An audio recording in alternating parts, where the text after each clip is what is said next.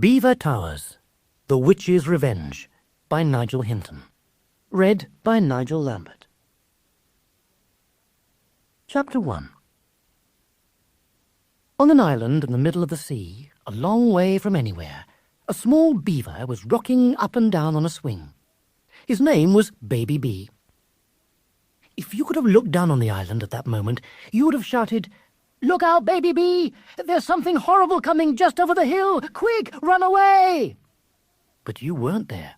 So Baby B went on swinging happily. He'd been happy all day. His granddad, Mr. Edgar Beaver, had taken him to see their old friend Mrs. Badger. They'd eaten a delicious lunch. Then the grown-ups had decided to have a little snooze.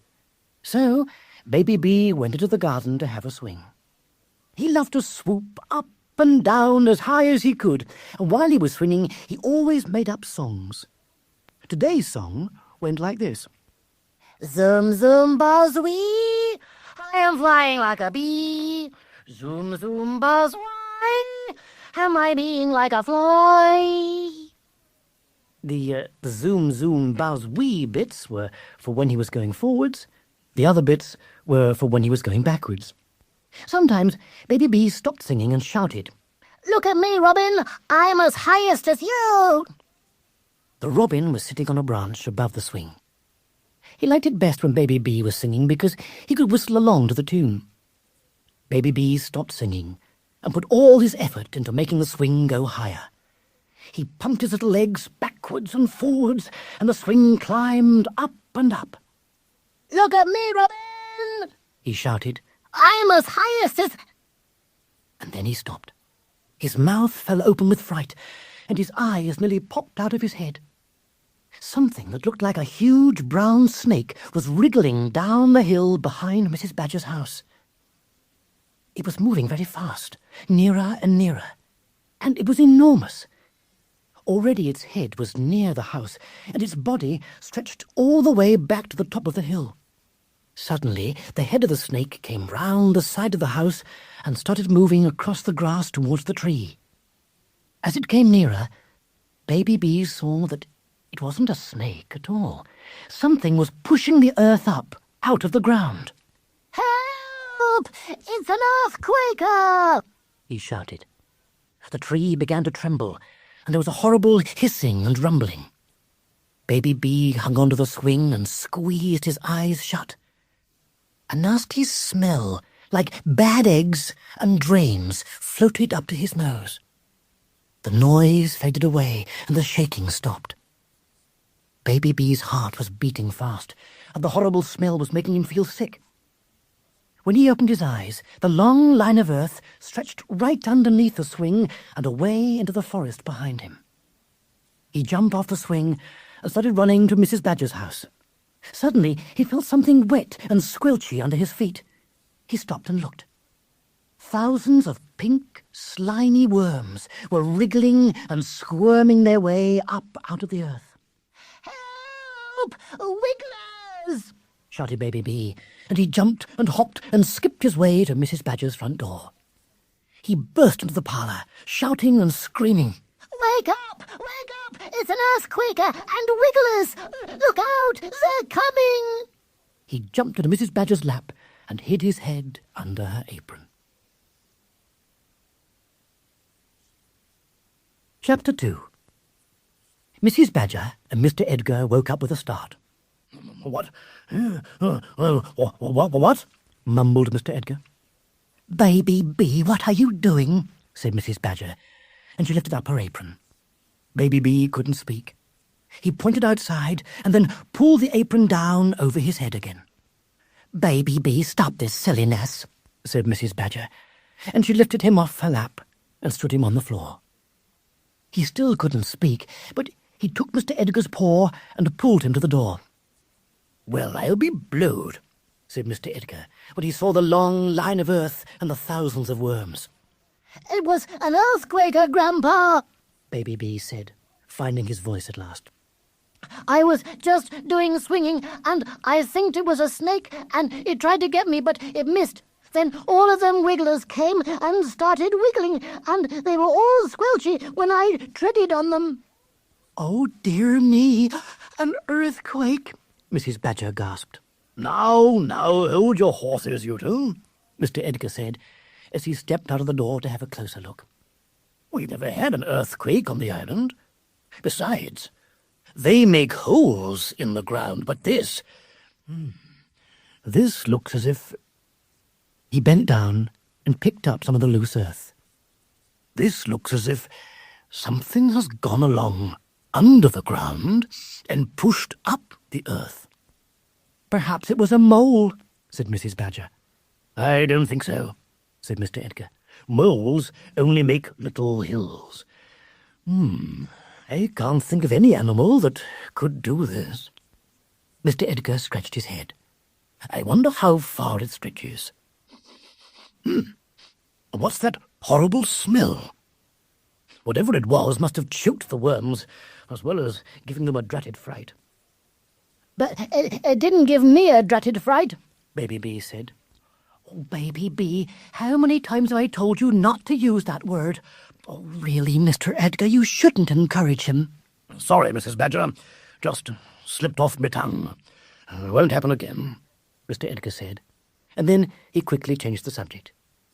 Look at the robin. He's never seen so much food in his life. The robin was standing in the middle of all the wriggling worms.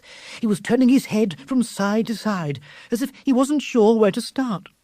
Finally, he chose the fattest worm he could see. He picked it up in his beak and flew off to eat it in private. In less than a minute, he was back for another.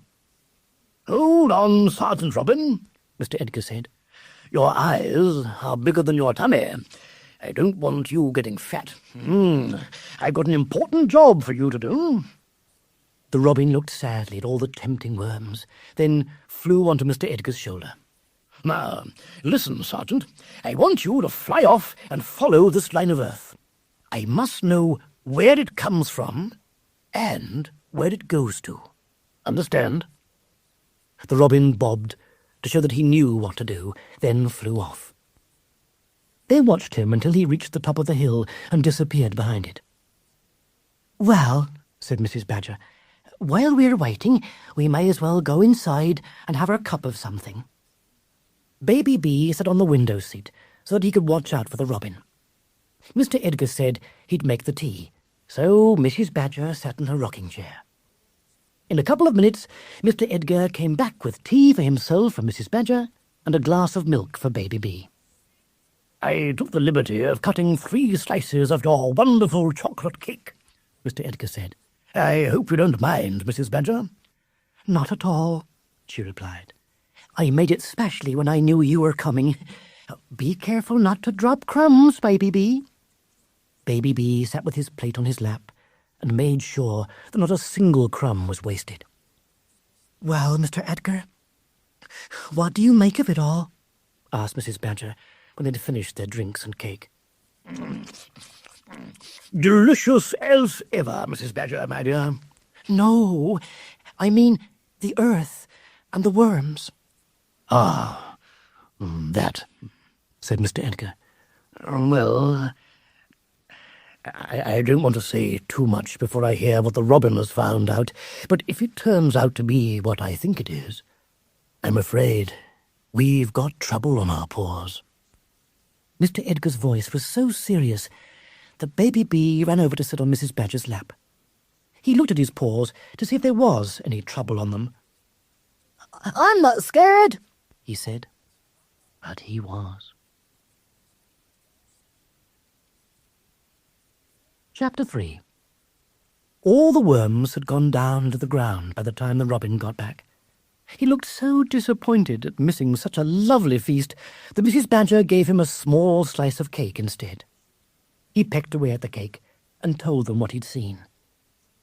The line of earth went from one side of the island to the other. It started near the manor where Baby B lived, then went past Mrs. Badger's house all the way to Mr. Edgar's castle, Beaver Towers. After that, it went straight towards the sea. At the edge of a high cliff, the line stopped. It was just a large hole where something had come out of the ground. So, said Mr. Edgar when the robin had finished, She didn't find what she was looking for. She? Who are you talking about? Asked Mrs. Badger.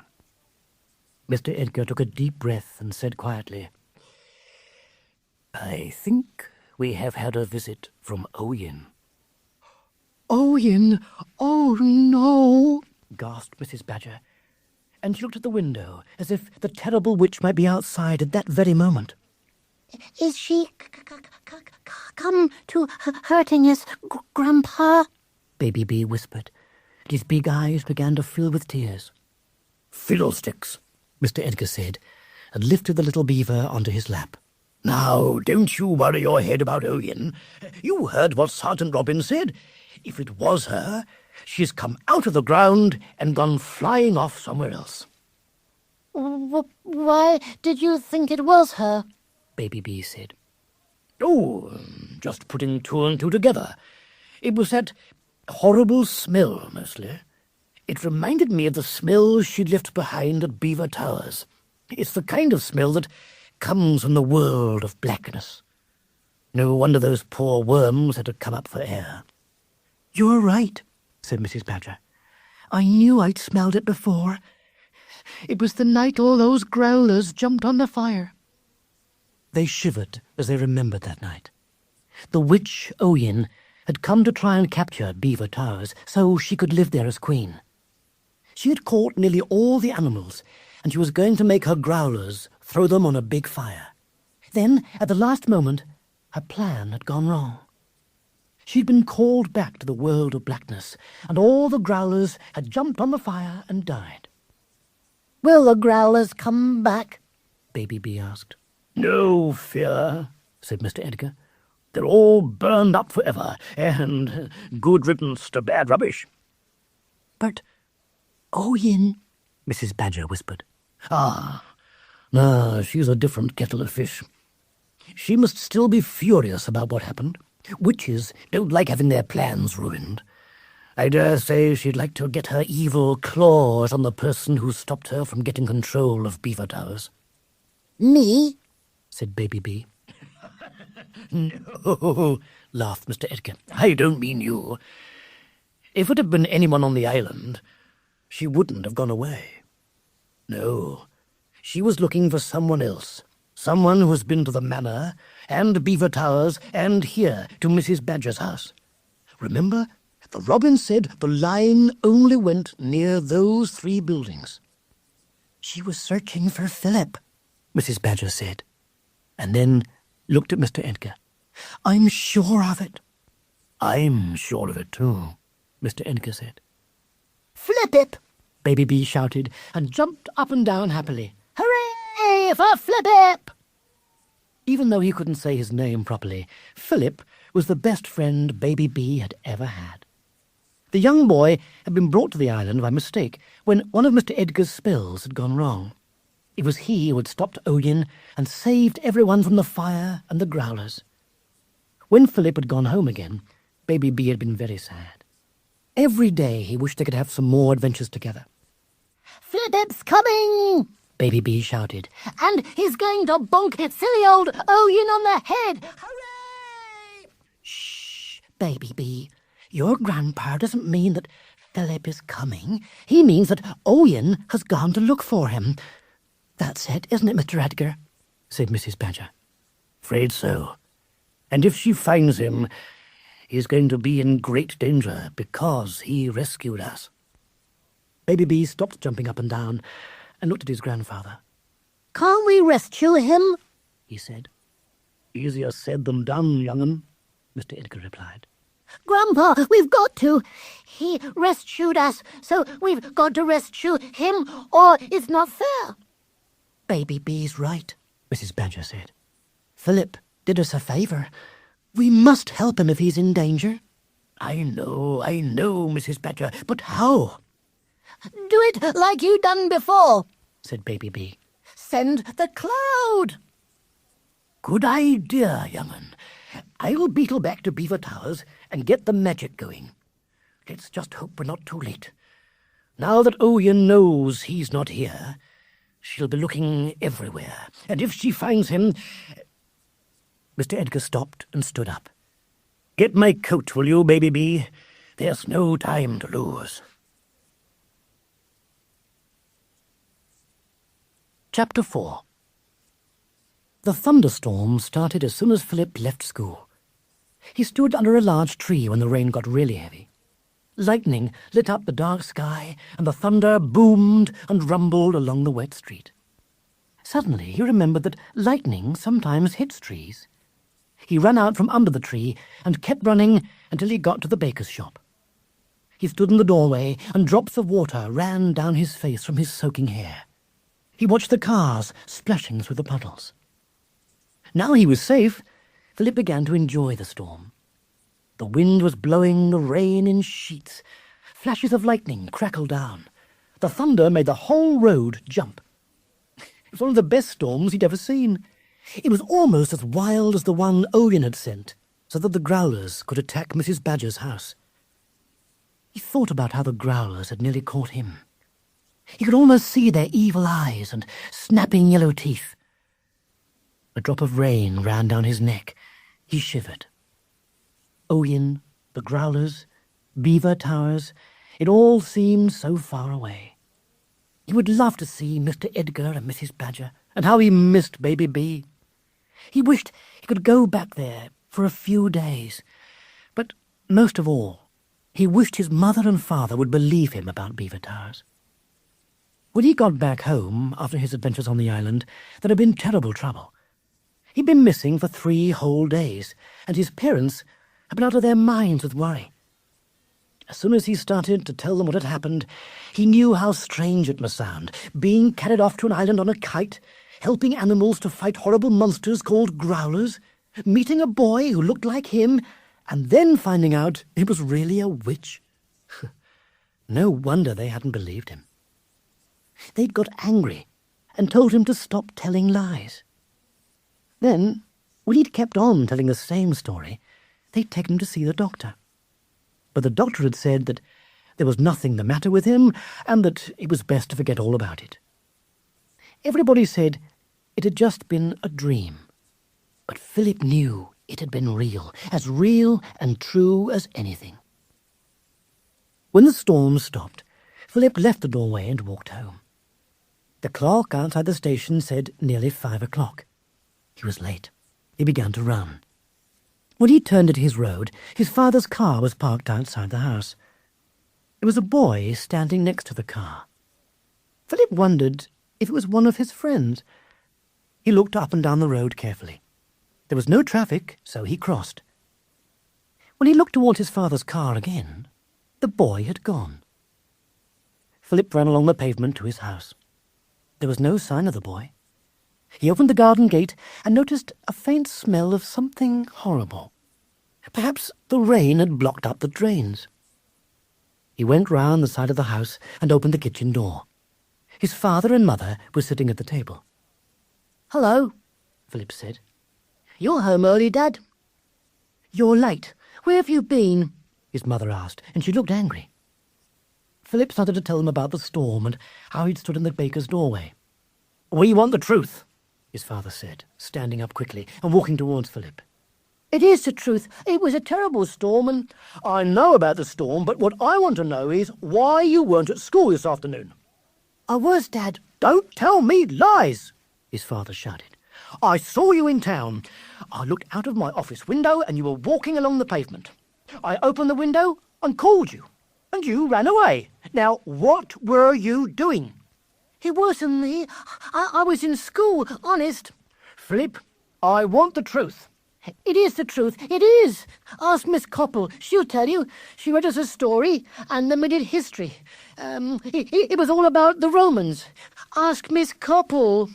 "That's exactly what I will do. And if you're telling us lies, like all the other stuff about witches and animals, I warn you—" While his father went out into the hall to phone, Philip stood in the kitchen. His mother sat at the table and didn't say anything. Philip's face was burning. After a couple of minutes, his father came back, carrying a telephone directory. No one had answered at the school. His father looked up Miss Copple's home number and went out again. There was a long pause. Then he heard his father's voice. Miss Copple, sorry to disturb you at home. This is Philip Tate's father. Philip says that he was at school this afternoon, but I saw him in town, and He was in school? Oh, I see. Oh, I must have made a mistake. Yes, well, thank you. That's taken a weight off my mind. Yes. Thank you again. Goodbye. Well, that's extraordinary, his father said when he came back. I'm sorry, Philip. Miss Copple says you were in school all afternoon. I can't understand it. That boy looked just like you. Anyway, my mistake. Sorry about the bad temper. His mother kissed Philip and said, Well, let's forget all about it. You hop upstairs and change, and I'll make your favourite for tea, pancakes. Philip was pleased that the mistake had been cleared up. He ran upstairs and started to change. Fancy his father seeing a boy who looked... Suddenly, a cold shiver ran down his back. A boy who looked exactly like him. He was just like that terrible time in the library at Beaver Towers. A boy who looked just like him, but it hadn't been a real boy. It had been Owen. Philip felt weak as he remembered how the boy's face had melted and become the awful face of a witch. Another shiver ran down his back. He was scared.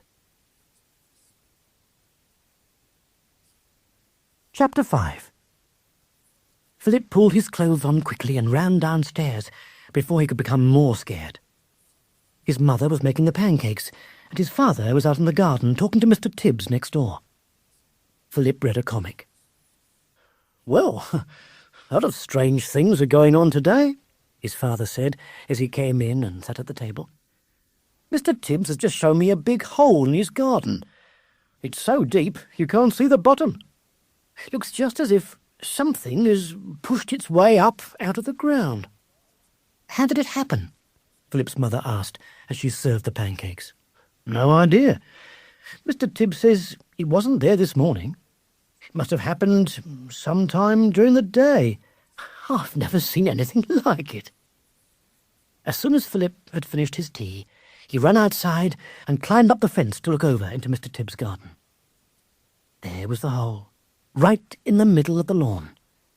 Philip leaned over the fence as far as he could, and then noticed the horrible smell. It was the same one he had smelled outside his house, but much stronger here.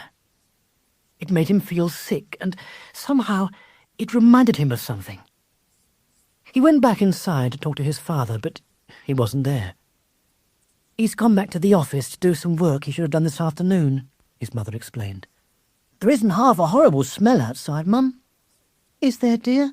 Well, don't go out then. Perhaps there's a drain broken somewhere. No, it's not quite like drains. It's like... oh, I don't know.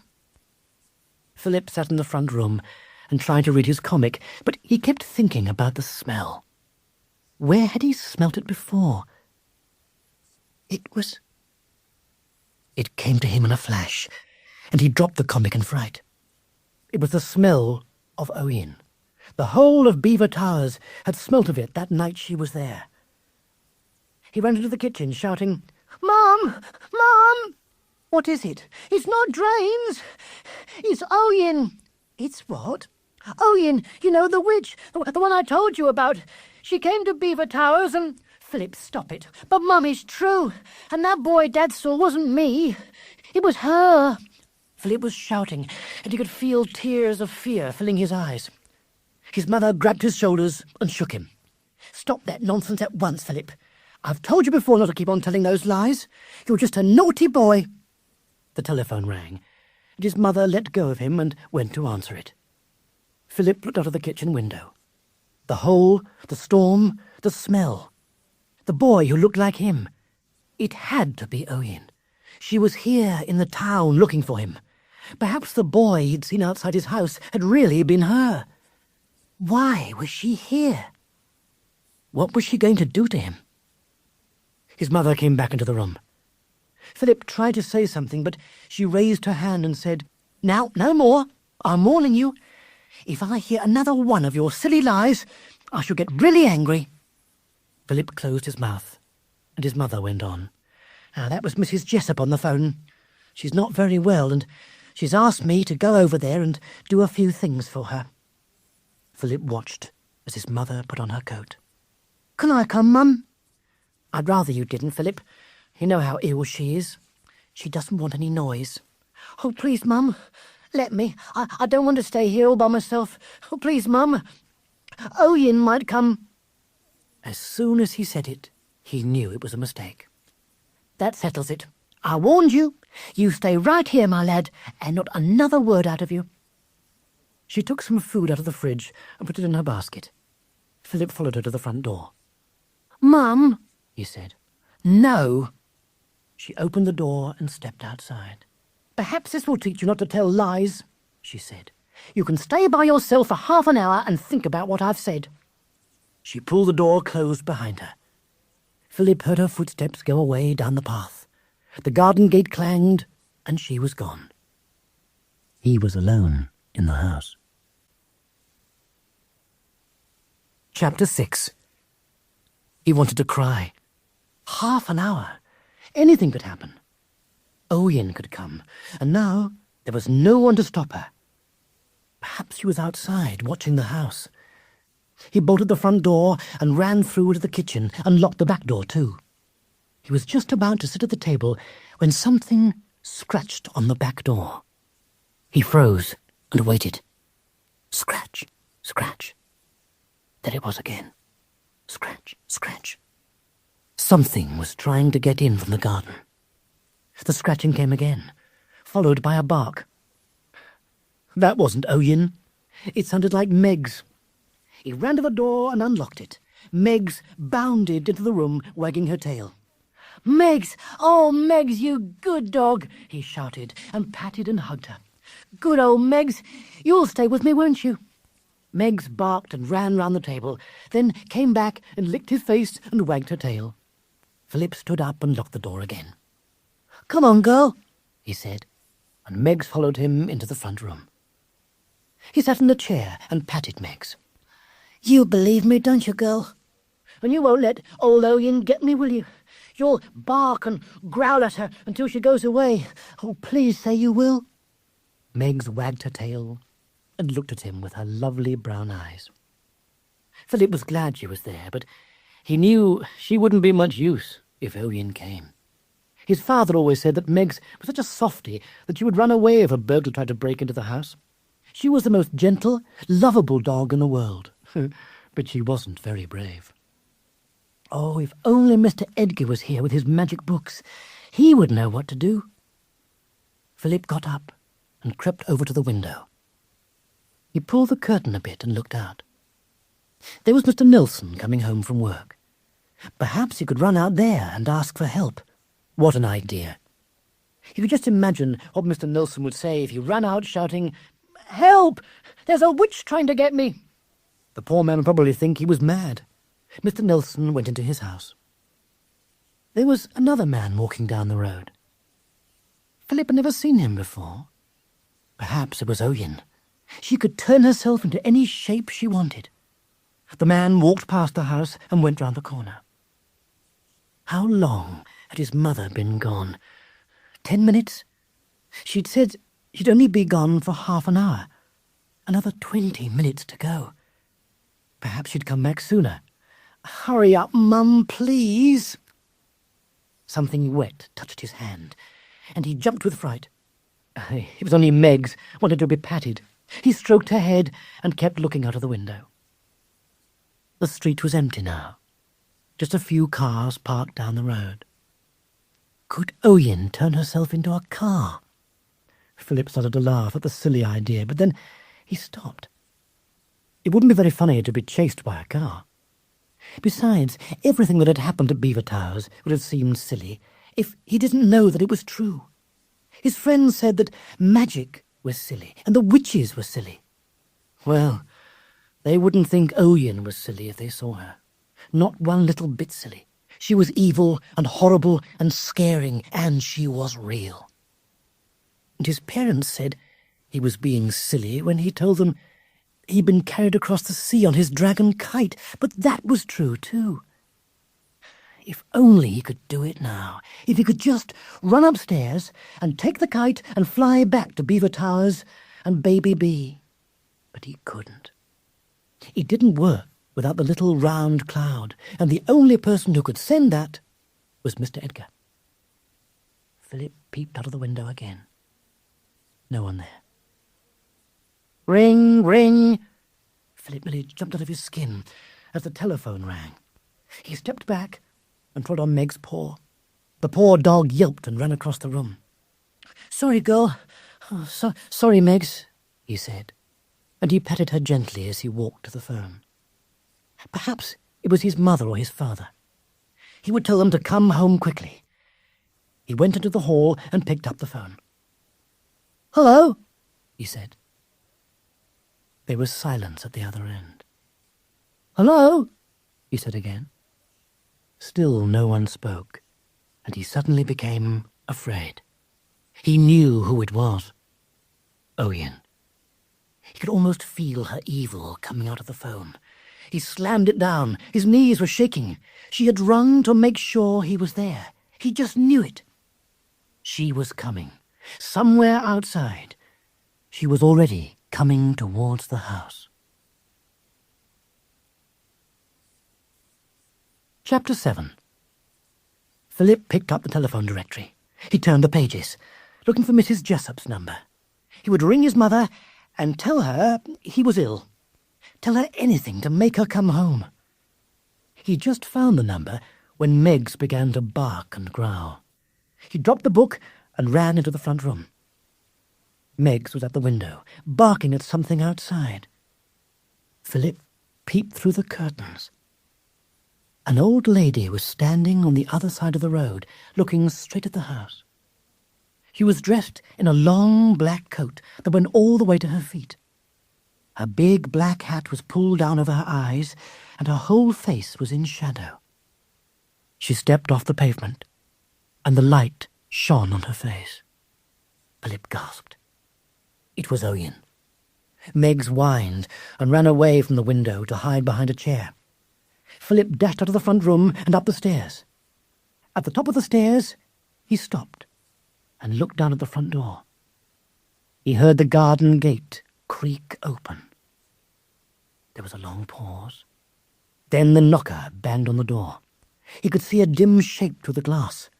The knocker banged again. Philip stood still. Slowly, the letterbox opened. Philip held his breath and pressed himself back against the wall.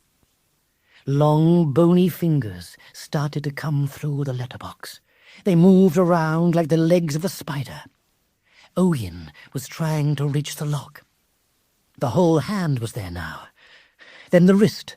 Then a thin arm, twisting and tapping its way towards the lock. In a minute she would find it and open it. Philip ran into the bedroom and closed the door. There wasn't even a lock on this door. He would have to try and block it with something. He pulled the bed round and pushed it hard up against the door. Then he looked for something else. The chair. His dragon kite was on it. He put the huge kite on the floor, then grabbed the chair and put it on top of the bed. There was a click from downstairs, and he heard the front door open. Owen was in the house. He tried to hear what she was doing, but all he could hear was the thump, thump of his heart. He stared at the door. At any minute the doorknob would turn and she would try to come in. Suddenly there was a loud tap at the window. Philip spun round, expecting to see Owen, but it was the dragon kite. It had left the floor and was knocking against the window as if it wanted to get out. Philip dashed to the window and pulled the kite away. What was happening? Perhaps Owen was in the garden. He looked down. It was nearly dark, but he could see that the garden was empty. If it wasn't Owen's magic, what had made the kite move?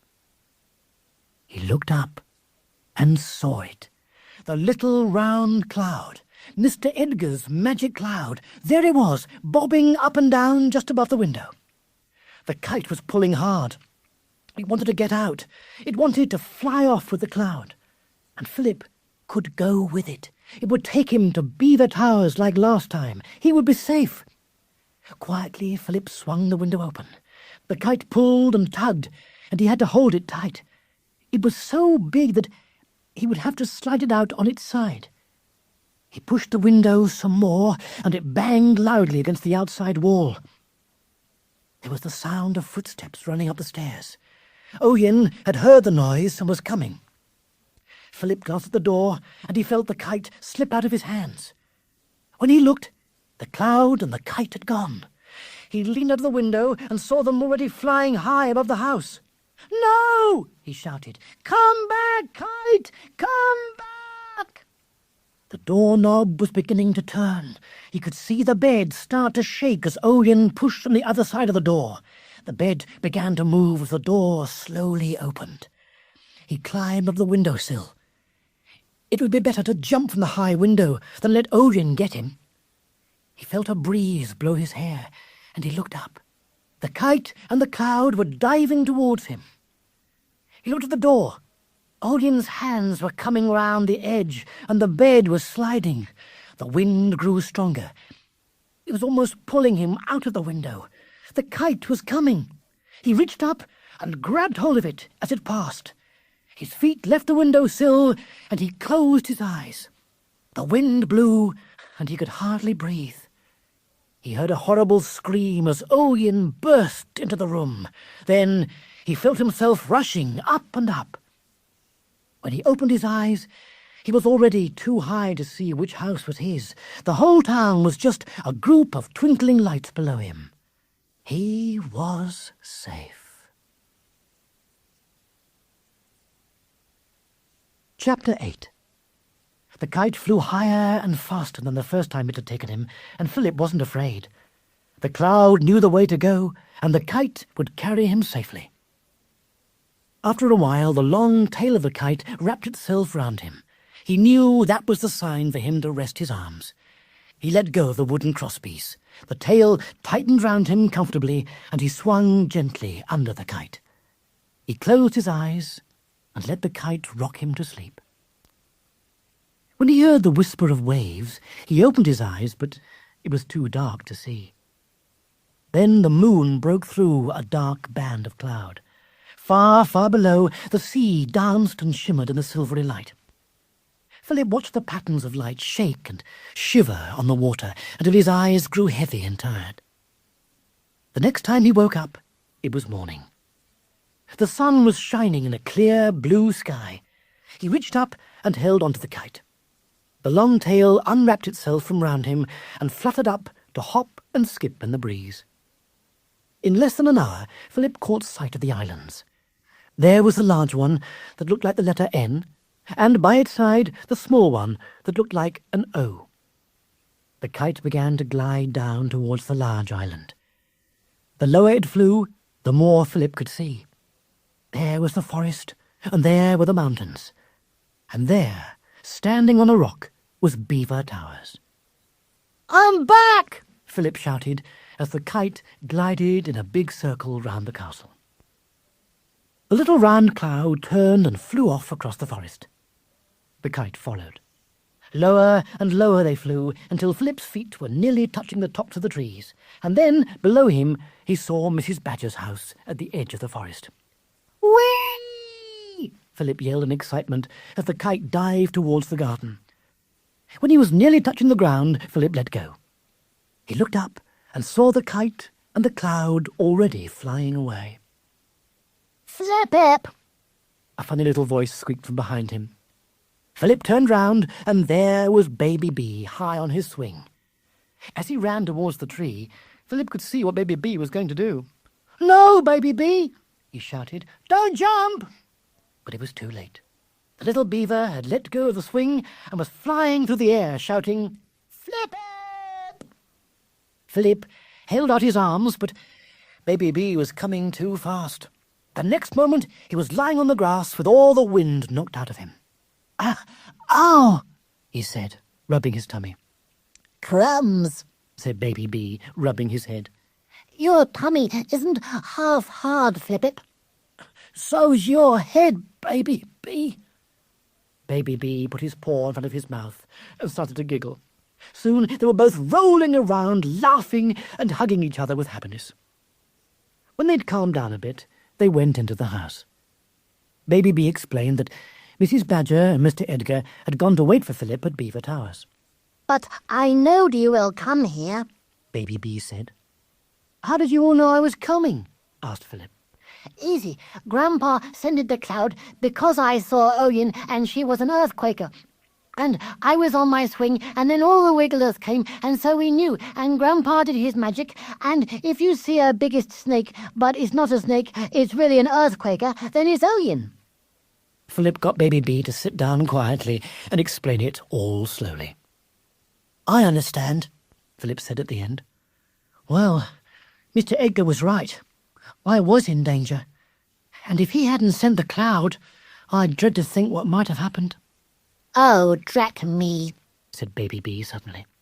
"I forgot my manners, and Mrs. Badger says I always do, but I don't, but I did this time." He cleared his throat and became very polite and serious.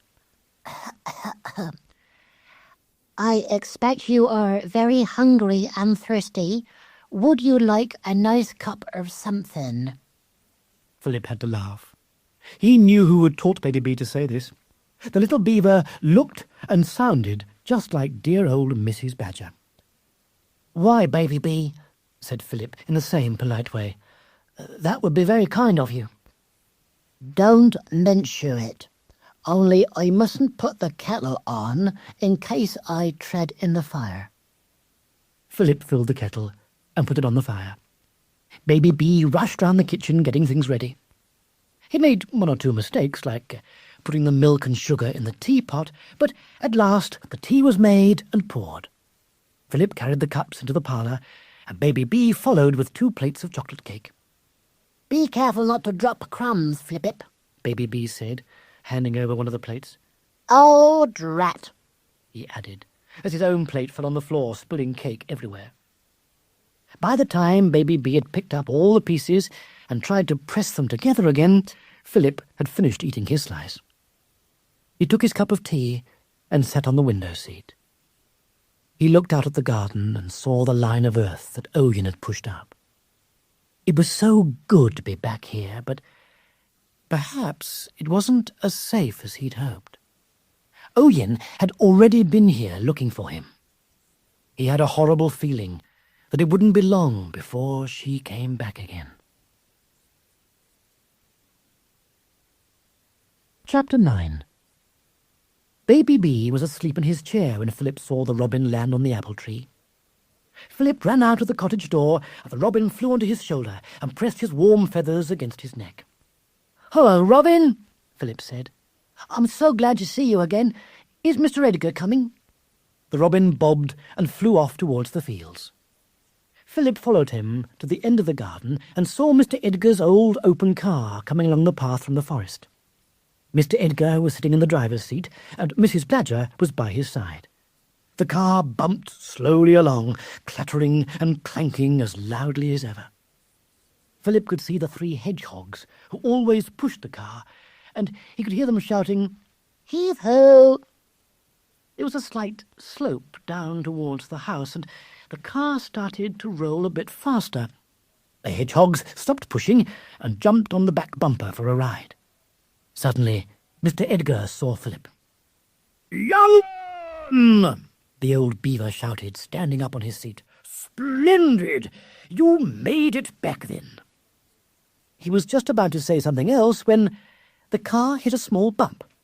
Mr. Edgar did a neat somersault and landed in a heap in the back seat.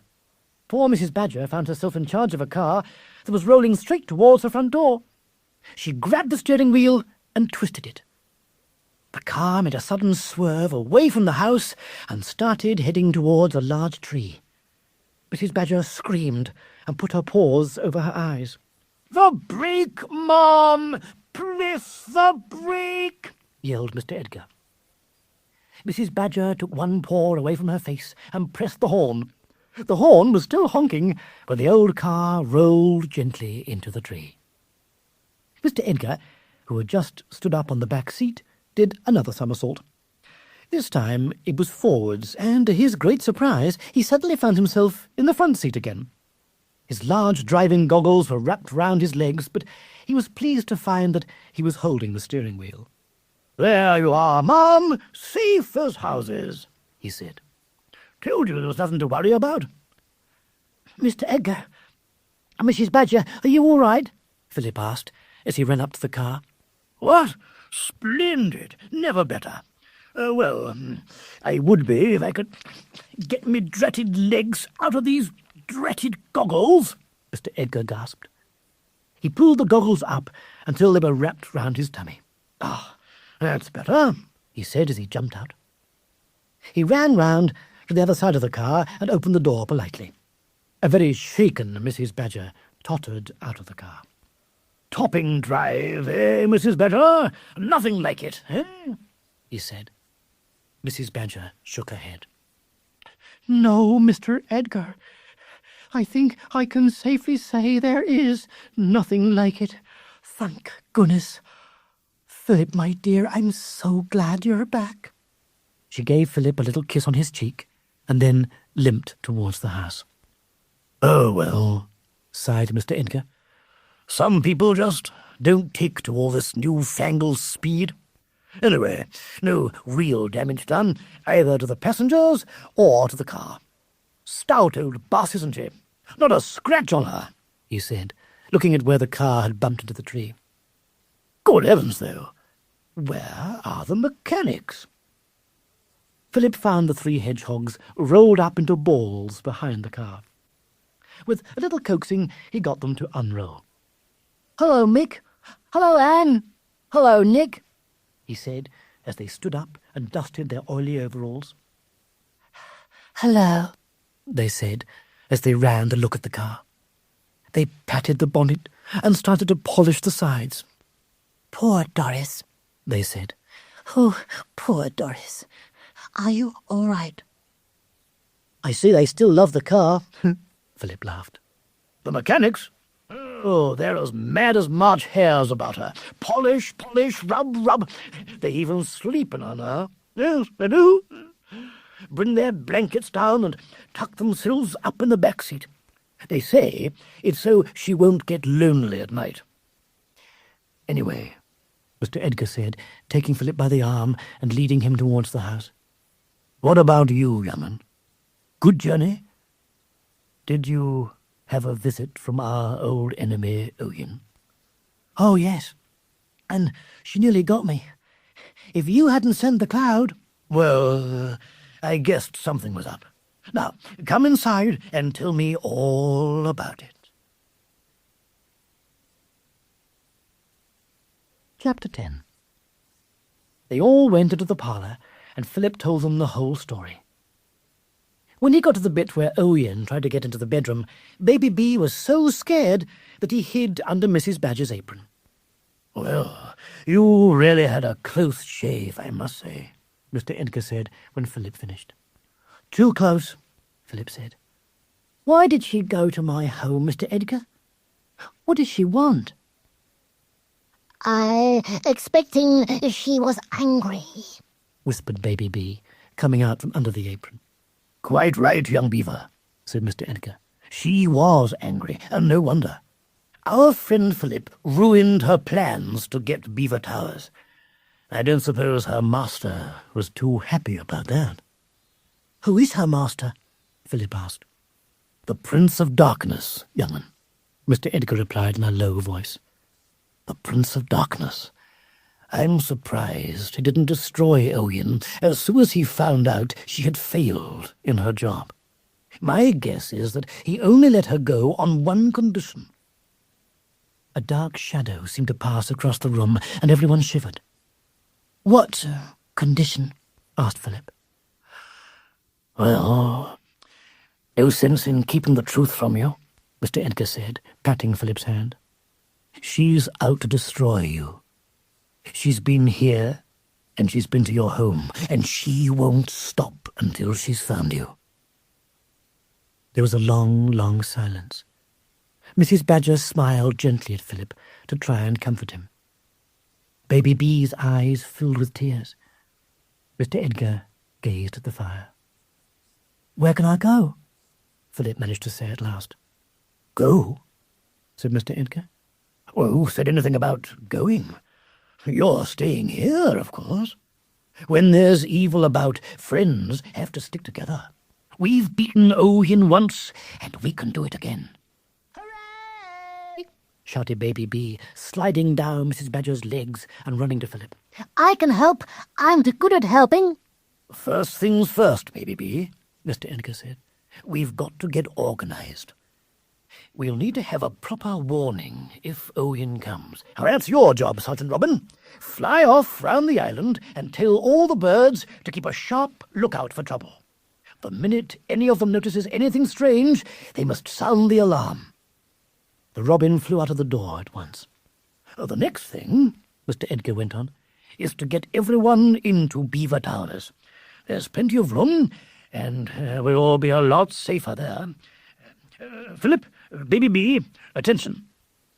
Philip and Baby B got up and stood straight and still. "You must go round the island telling everyone the plan. Tell them not to dawdle.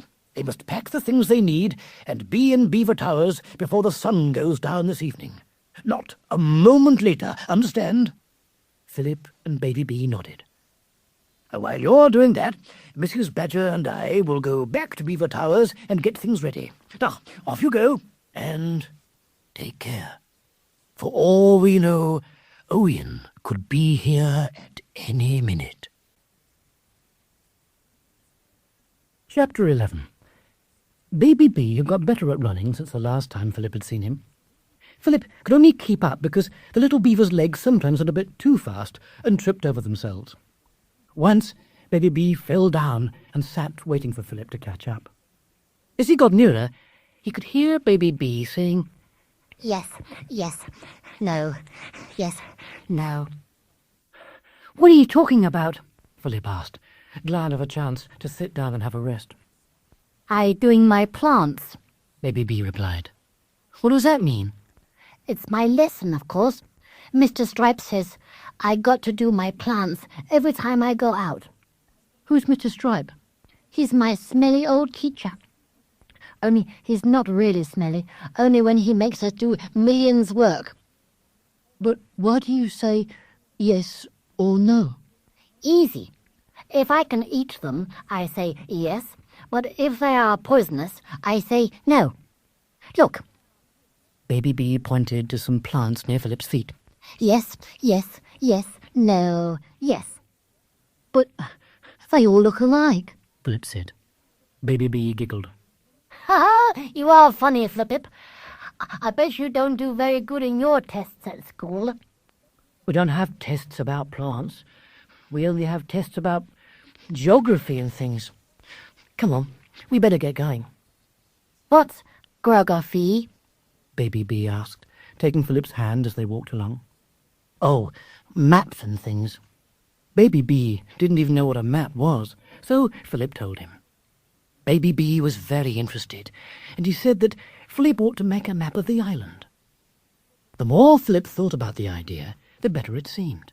A map could be very useful if you were planning things. All he had to do was to keep his eyes open and try to remember where everything was. He would start straight away. They were walking along by the side of a stream, and Baby B told him it was called the River Busy. Philip thought it was a bit small to be called a river, but it certainly was busy. The water rushed and bubbled and swirled through the forest. Soon the trees ended, and the stream twisted and turned through open fields. Philip could see 3 houses ahead of them at the edge of the sea. "Come on, we got to jump," said Baby B, and he took some steps backwards. He put his head down and galloped towards the stream. The little beaver just cleared the water, but he hadn't realized how soft it was on the other side. He landed knee-deep in mud and couldn't move his legs. "Help! I'm all stuck up," He shouted. He tried to pull his legs out, but he lost his balance and fell face down in the mud. Philip jumped over the stream and pulled him out.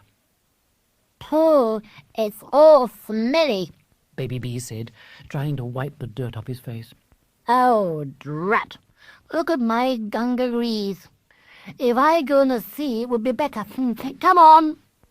Baby B ran off towards the houses, and Philip followed. Baby B knocked on the doors and shouted. See, there were 10 rabbits waiting in a circle to hear the news. Baby B flicked some mud off his whiskers and told them about Odin coming. And Mr. Edgar says you mustn't dawdle, and you got to pack and be in Beaver Towers. And if the sun goes down, it's too late. Quick! The rabbits didn't need telling twice. They dashed into their houses, and Philip could hear them shouting and banging as they got ready. Baby B ran down to the sea and stood in the shallows, washing his face and his dungarees. Philip looked out over the bay to the other part of the island and saw the waves crashing against the very high cliffs. Behind the cliffs, tall mountains stretched away into the distance. Already the sun was beginning to sink behind the highest mountain. They must hurry and tell all the other animals. "Come on, Baby B," he shouted, and then saw the big wave tearing towards the shore. Philip didn't even have time to shout a warning. The wall of green water poured over the little beaver. The wave burst with a crash of white foam and swept up the beach. Philip peered anxiously as the water ran away. There was no sign of Baby B. He ran to the edge of the sea, and suddenly there was a big splash, and Baby B leapt from under the water and dived towards another wave. Hooray! He shouted. Look at me, Flip-Ip. Philip was just going to call him back when he saw how well Baby B was swimming. Of course! Beavers were expert swimmers. I'll give you a race. Baby B yelled and started swimming fast. Philip ran along the yellow sand, watching the young beaver dive and plunge through the waves like a large brown fish. Finally, Philip couldn't run any more. He sat down in the sand to catch his breath. Baby B came out of the sea and shook water all over him. I'm bestest at swimming, can't I? Baby B said. "You certainly are." Philip got a stick and wrote a big message in the sand. What is it? Baby B asked. It says, "Baby B is the best swimmer in the world." Baby B giggled and ran up and down looking at the letters. Then he jumped in the air and ran round letters again. Does it really say that, Flip-Ip? Philip nodded and took hold of Baby B's paw. "Come on, we'd better go and tell the others." There were some sheep standing in a field next to the beach. Baby B ran across and started to tell them the news, but they just went on munching grass. He jumped up and down and shouted, Quick, quick, Owen is coming. but the sheep wouldn't listen. What can we do, Flip-Ip? Grandpa Edgar says you just can't organ-dize sheep. They only do what they want, and these ones only want to eat grass. "Well, we can't force them to come," Philip said. "We've warned them, and that's all we can do. Come on, we'll go and tell the others." It took nearly 2 hours to go round all the houses. First, they went to the manor and told Baby B's mother and father. Then they went through the orchards and told some beavers who lived near the River Eager. Finally, they took the path back to Beaver Towers. On the way, they stopped to tell some badgers who lived near Mrs. Badger's house. When they left the badgers, the sky was growing dark. A few stars were twinkling above the trees. The forest was full of black shadows. Baby B gripped Philip's hand tightly. Suddenly, there was the sound of running footsteps. They stopped in fright, but then laughed when they saw the badgers hurrying towards them. We thinked you was Owen, said Baby B. "Shh! Don't say that name," whispered one of the badgers. "She might hear it and think you're calling her." They ran along the path and didn't stop until they were on the drawbridge of Beaver Towers. Philip could see all the animals standing in the courtyard. Mrs. Badger was fussing round, handing out steaming hot cups of tea and pieces of cake. "That's everybody except the sheep," Mr. Edgar said, when Philip and Baby B got into the courtyard. How long will they be? They won't come, Grandpa. Me and Flippip told them, but they didn't listen. Would they, Flippip? Baby B said. Philip shook his head. Oh, those silly, stubborn sheep, said Mr. Edgar, looking towards the dark forest. They never listen to good advice. Let's just hope they change their minds before it's too late. Anyway, it's time to close up for the night. He began to turn a large wheel. Chains clanked, and the drawbridge slowly started to rise. There was a loud boom as the bridge closed in the gateway. Come on, called Mr. Edgar. Let's all go inside and get warm. We've got a lot of plans to make before Owen comes. Chapter 12. Everyone felt safe at Beaver Towers. There was a lot of singing and laughing as they arranged beds in the great hall. By the time the work was done, they were all hungry. They had a fine meal in front of the fire. Then Mr. Edgar made them all laugh by telling stories and jokes. At last, tired and happy, everyone went to bed. The next morning, some of the older animals set off round the castle to check that all the doors and windows were safe. Our boys went out into the fields near Beaver Towers to fetch plenty of food for the kitchens. "We'll need all the food we can find," said Mrs. Badger. "You never know. We might have to stay inside the castle for a long time if Owen comes." Mr. Edgar decided that the young ones had to go on with their lessons as usual, so one of the rooms was turned into a classroom. Philip was disappointed when he was told that he had to join the others for lessons. "But, Mr. Edgar," he started to say. "No buts, young 'un," said Mr. Edgar. "You go to school at home, so you must go to school here." So Philip walked up the stairs to the classroom with Baby B. "Drat," said Baby B. "I think we wouldn't do dratted school today. It's not fair." Philip sat next to Baby B. There were 4 other pupils, 2 young rabbits, a small badger, and Nick, the youngest hedgehog of the mechanics.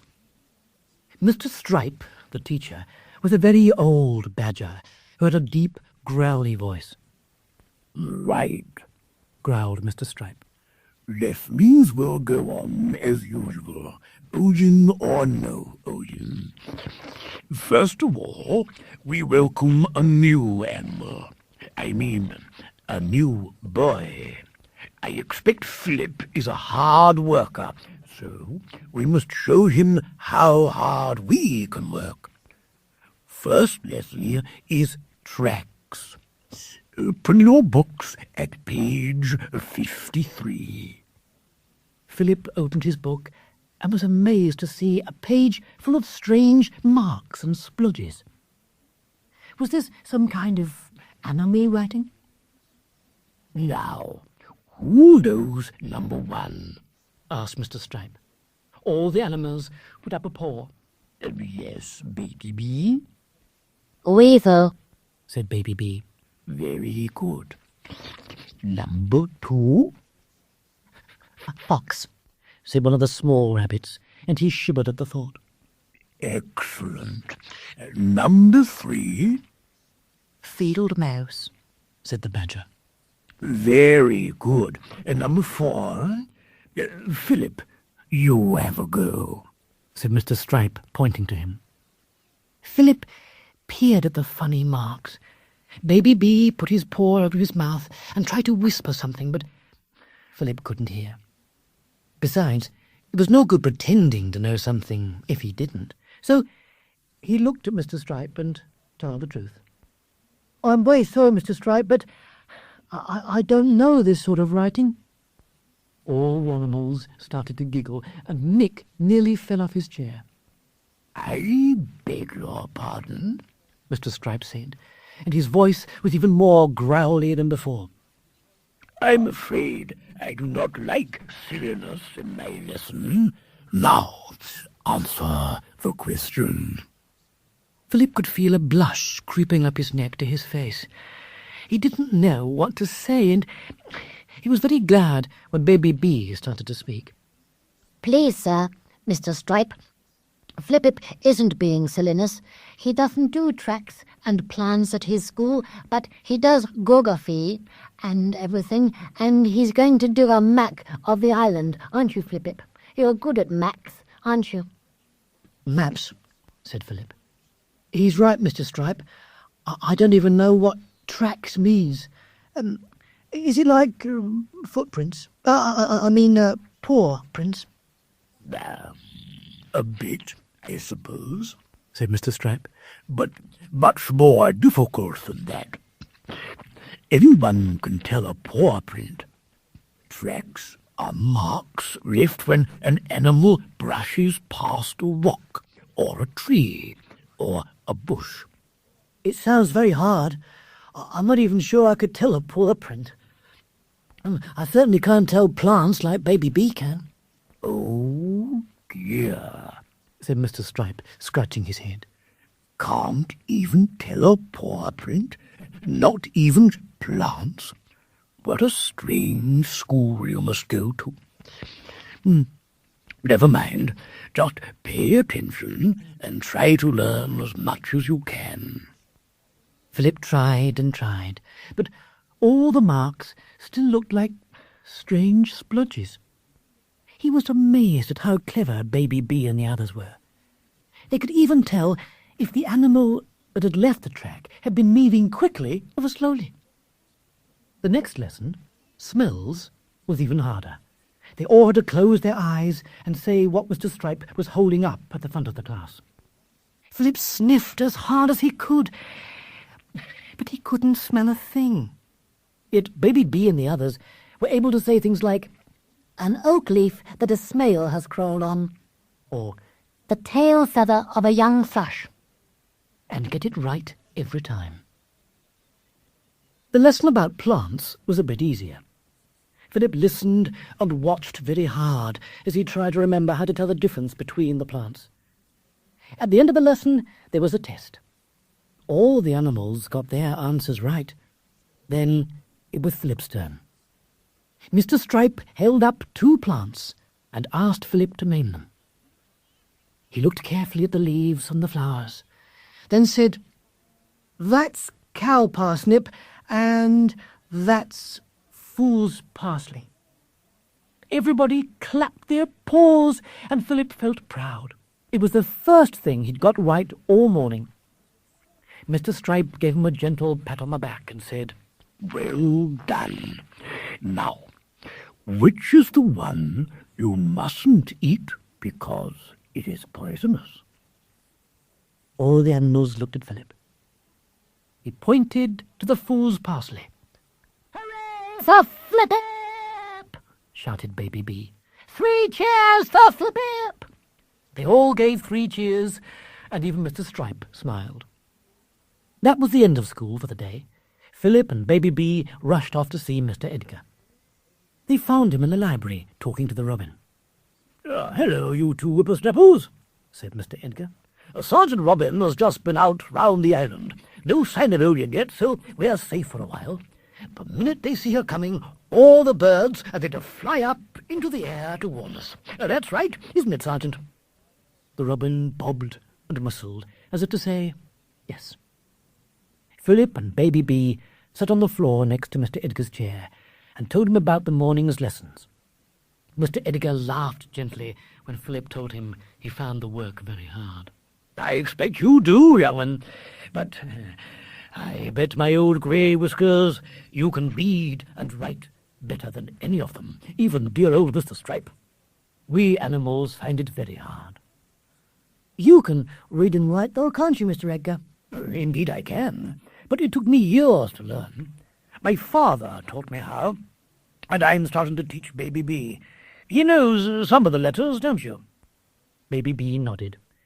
Hey, bui, flea, C, D, me, hef, and all them others. But I want to learn Max. Flippip is going to do a Mac. He means map, Philip said, and he began to explain the idea to Mr. Edgar. "What a topping plan," Mr. Edgar said when Philip had finished. "You must start it at once. It could help us a lot against Owen." "The only trouble is," said Philip, "I haven't seen all the island. I saw a lot of it yesterday with Baby B, but I really need another look. Do you think... well, Baby B and I were thinking...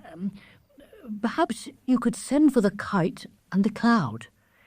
If we could just fly around the island quickly, I could remember everything." "Oh, no, Yaman, you're not going out there." Oh, please, Grandpa, I want to go. said Baby B. "No," said Mr. Edgar. "Oh, please, it wouldn't be long," Philip begged. "And the robin says Odin has me come. Oh, please. And he said a map could help us." At last, Mr. Edgar agreed. He picked up his book of magic and said a few words of the spell. They went down to the courtyard. In a couple of minutes, there was a rushing of wind, and the dragon kite and the cloud flew down from the sky. Mr. Edgar lifted Baby B up and put him on Philip's shoulder. Philip took hold of the kite. "Now, take care," said Mr. Edgar. "Hold on tight, Baby B, and remember, I want you both back here in half an hour, no longer. You promise?" "We'll promise," they shouted as the kite started to rise. Goodbye. They called as it carried them out of the courtyard and away. Mr. Edgar went upstairs to the library. He sat in a chair and tried to read, but he couldn't. He got up and paced up and down in front of the fire. Finally, he opened a window and looked out towards the forest. Something in his bones was making him feel uneasy. He wished he could see the kite, but there was no sign of it. He stared and stared. He was still staring when there came the rushing sound of wings. From every tree and bush in the forest, birds were flying into the sky. It was the alarm signal. Owen was coming. Chapter 13. Whee! Shouted Baby B right into Philip's ear. We're as highest as anything, isn't it? "Don't jump about so much or you'll fall off," Philip managed to say, though the little beaver had his paw half over Philip's mouth. They were over the mountains. Beaver Towers was a long way behind them, and it looked like a toy castle. Philip could see the coast on the west side of the island. There were tall, rocky cliffs that plunged straight into the blue sea. The dragon kite rose even higher and carried them over the top of the tallest mountain. On the other side, it turned left and headed towards the eastern part of the island. They glided over the sparkling water of the bay. There, at the edge of the sea, were the houses where the rabbits lived. Next to them, the little river Busy flowed into the sea. Philip looked at it all carefully. He must remember as much as he could for the map. The kite swept low over the yellow beach. Look, Flippip, it's your writing. Shouted Baby B. What is it saying? Baby B is the best swimmer in the world. Philip shouted back as they zoomed past the words in the sand. It should be saying, Baby B is the best flyer in the world.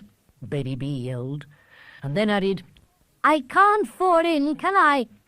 Not if you hold tight, Philip said, and he smiled as he felt the little beaver hugging closer round the neck. The little crowd suddenly turned inland and danced higher into the sky. The kite wiggled its long tail and followed. Soon they were flying over the tall chimneys of the manor. That's where I live, said Baby B. I know, Philip replied. And look at the orchards. All the trees are in straight lines. You can see everything much better up here, can't you? Baby B was going to say, yes, but instead he said, whoops, and then, whee, as the kite lifted its nose and soared higher.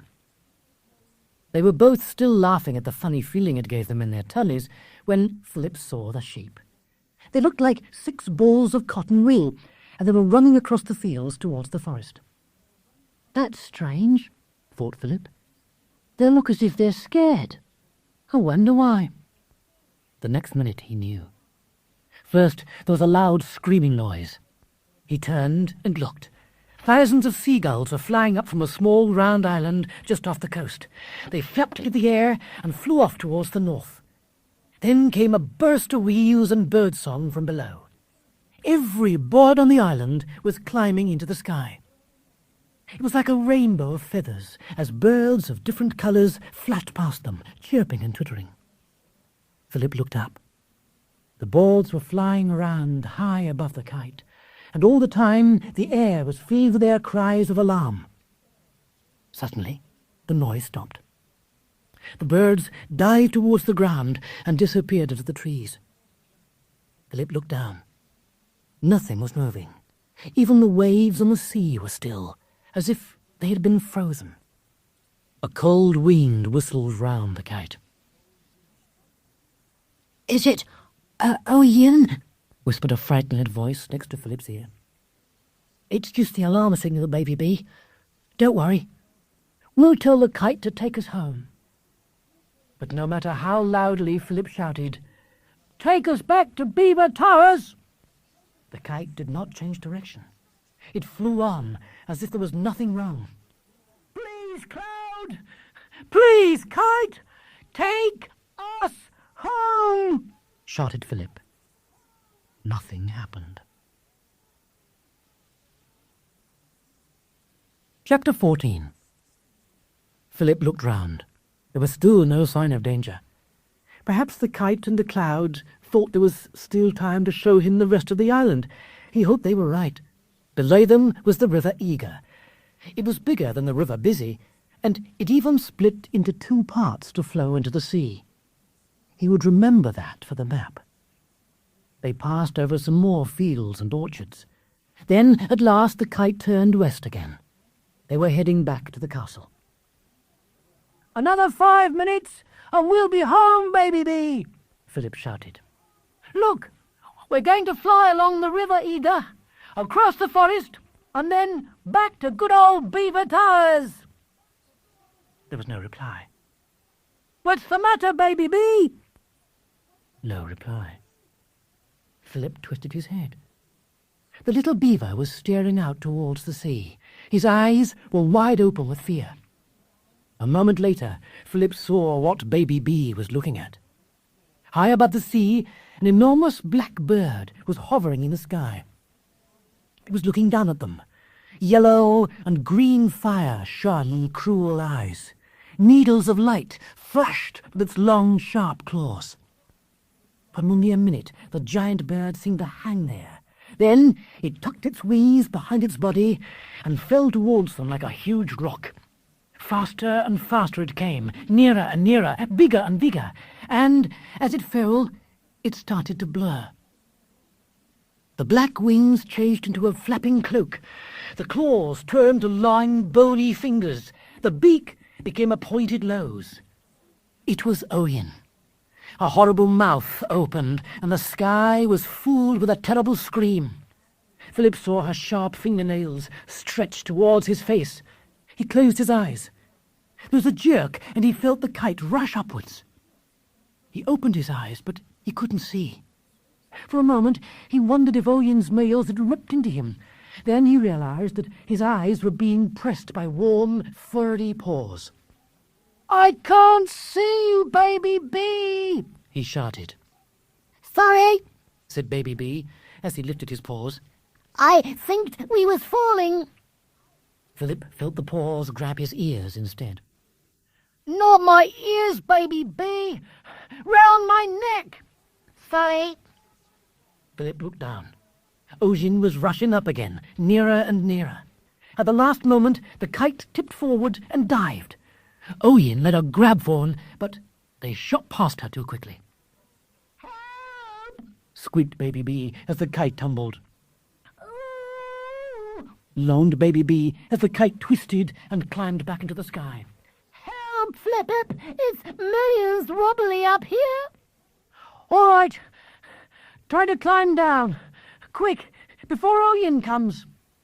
Philip held onto the kite with one hand and reached up for Baby B. The little beaver wriggled and slid his way down into the safety of Philip's arms. Hold tight! Here comes Oyen again! Yelled Philip. Dodging and climbing, twisting and diving, the cloud and the kite sped through the air. Each time Oyen attacked, Philip was sure she would catch them. But each time the kite did a little whirl, or skip, or spin, and danced them away from the witch's hands. Each time she missed, Baby Bee hugged Philip tighter and shouted, "Hooray!" Philip was just beginning to enjoy the wild helter-skelter rides when the kite shook. He looked up and saw the long dragon tail flying away by itself. Oyen had pulled it off as she had flown past. The kite wobbled like a seesaw. Oyen was diving again. The little round cloud started to rise. The kite twitched and tried to follow, but it couldn't. It couldn't fly properly without its tail. It started to fall. Faster and faster it went, spinning towards the ground. Philip could see the forest coming closer and closer. Branches and leaves whizzed past. The kite tipped as it knocked into a tree. There was a loud ripping sound, and they jerked to a stop. The kite was caught on a branch. The ground was still a long way below, but they couldn't just hang there, waiting for Oyen to come. Hold on tight, Baby Bee. We've got to jump. Philip gripped Baby Bee, aimed himself at the clump of ferns below, then let go of the kite. He closed his eyes and hoped. Chapter 15. Philip expected a bump as they hit the ground. Instead, there was a rustle as they fell through the ferns, then a splash. Cold water closed over them. Philip let go of Baby Bee and swam upwards. He broke through the surface of the water and gasped for air. Baby Bee popped up beside him. They had fallen into the River Eager. It was deep but narrow. The ferns grew so close on each bank that they formed a long, green tunnel over the river. They swam to the side and hung on to a tree root that stuck out from the bank. Baby Bee was just about to say something when there was a hideous scream. Through the ferns, they could just see Oyen. She was sitting in the branch next to the kite. She looked around to see where they had gone. Then she looked down. They held their breath. She seemed to be staring straight at them. Then she looked away. They must be well hidden beneath the ferns. Oyen jumped from the branch and flew down to the ground. They could hear her crashing through the bushes, searching for them. The bank shook as she passed. Then there was silence. "We must get away before she comes back," whispered Philip. "I think it's best to stay in the water, but we must be careful not to make noisy splashes." If we go under the water, it's the bestest. "I can't swim very far like that," Hold my leg. Baby Bee whispered. Philip got hold of Baby Bee's leg, took a deep breath, and dived. The little beaver's flat tail beat fast, and they began to move. Philip helped as much as possible by swimming with his free arm, but Baby Bee did most of the work. They glided through the water until Philip couldn't hold his breath any longer. He tapped Baby Bee on the shoulder, and they swam to the surface. They burst into the air. Philip took a breath, and down they went again. When they came up the next time, the river bank was not so high, and the ferns no longer hid them. Cool. It's too hard enough work. I can't swimming any more, puffed Baby Bee. "I think that's far enough," said Philip. "Let's get out." They climbed out of the river quietly and looked around. Baby Bee twitched his nose. "Can you still smell Oyen?" Philip asked. Baby Bee nodded. "Then we better find somewhere to hide until she goes away." I know a place. Come on. Baby Bee grabbed Philip's hand, and they ran quickly but quietly through the trees. Then Baby Bee ducked down and crawled into some ferns. Philip followed him. Under the cover of the ferns was an old hollow log. They crawled inside and lay huddled up together. It's millions good, isn't it? Whispered Baby Bee. Me and Nick finded it when we did a hide-and-seek. It's perfect, said Philip. Only you'll never find us here. We'll wait until it's dark and then get back to Beaver Towers. The time passed slowly. Baby Bee curled up and went to sleep. Twice Philip heard a terrible shrieking sound coming from a long way away. Oyen must still be looking for them. Philip hoped she would soon give up and go away, but he had a nasty feeling that she wouldn't. Bit by bit, it grew darker. In a few minutes, he would wake Baby Bee, and they would start the journey through the forest. First, he would check that it was safe. He crawled out of the log and peered through the ferns. It was strange. It wasn't as dark as he had thought. In fact, it seemed to be getting lighter. He stood up and saw a yellow-red glow in the sky. What was happening? Could the sun still be shining? Perhaps it was the light from Beaver Towers. Then, against the glow in the sky, he saw the black shape of Oyen. He ducked back into the ferns and watched. She flew low across the forest and dived behind some trees. A moment later, she flew up again. Suddenly, the trees burst into flames. She was setting fire to the forest. There was a coughing sound from inside the log. Baby Bee came crawling out. Help, Flip-It. It's all smoky in there. Shh. It's Oyen. She's starting fires everywhere. Where is she? Over there, look, Philip whispered, pointing to where Oyen was diving behind some trees near the river. When she flew back into the air, flames leapt round the trees. Smoke curled up into the night, and sparks flew from bush to bush, starting more fires. There was a horrible, cackling laugh. They looked up and saw Oyen flying above the trees. Her evil face was lit by the flames. "Burn! Burn!" she screamed in delight. She clapped her hands, and at once a wind began to blow.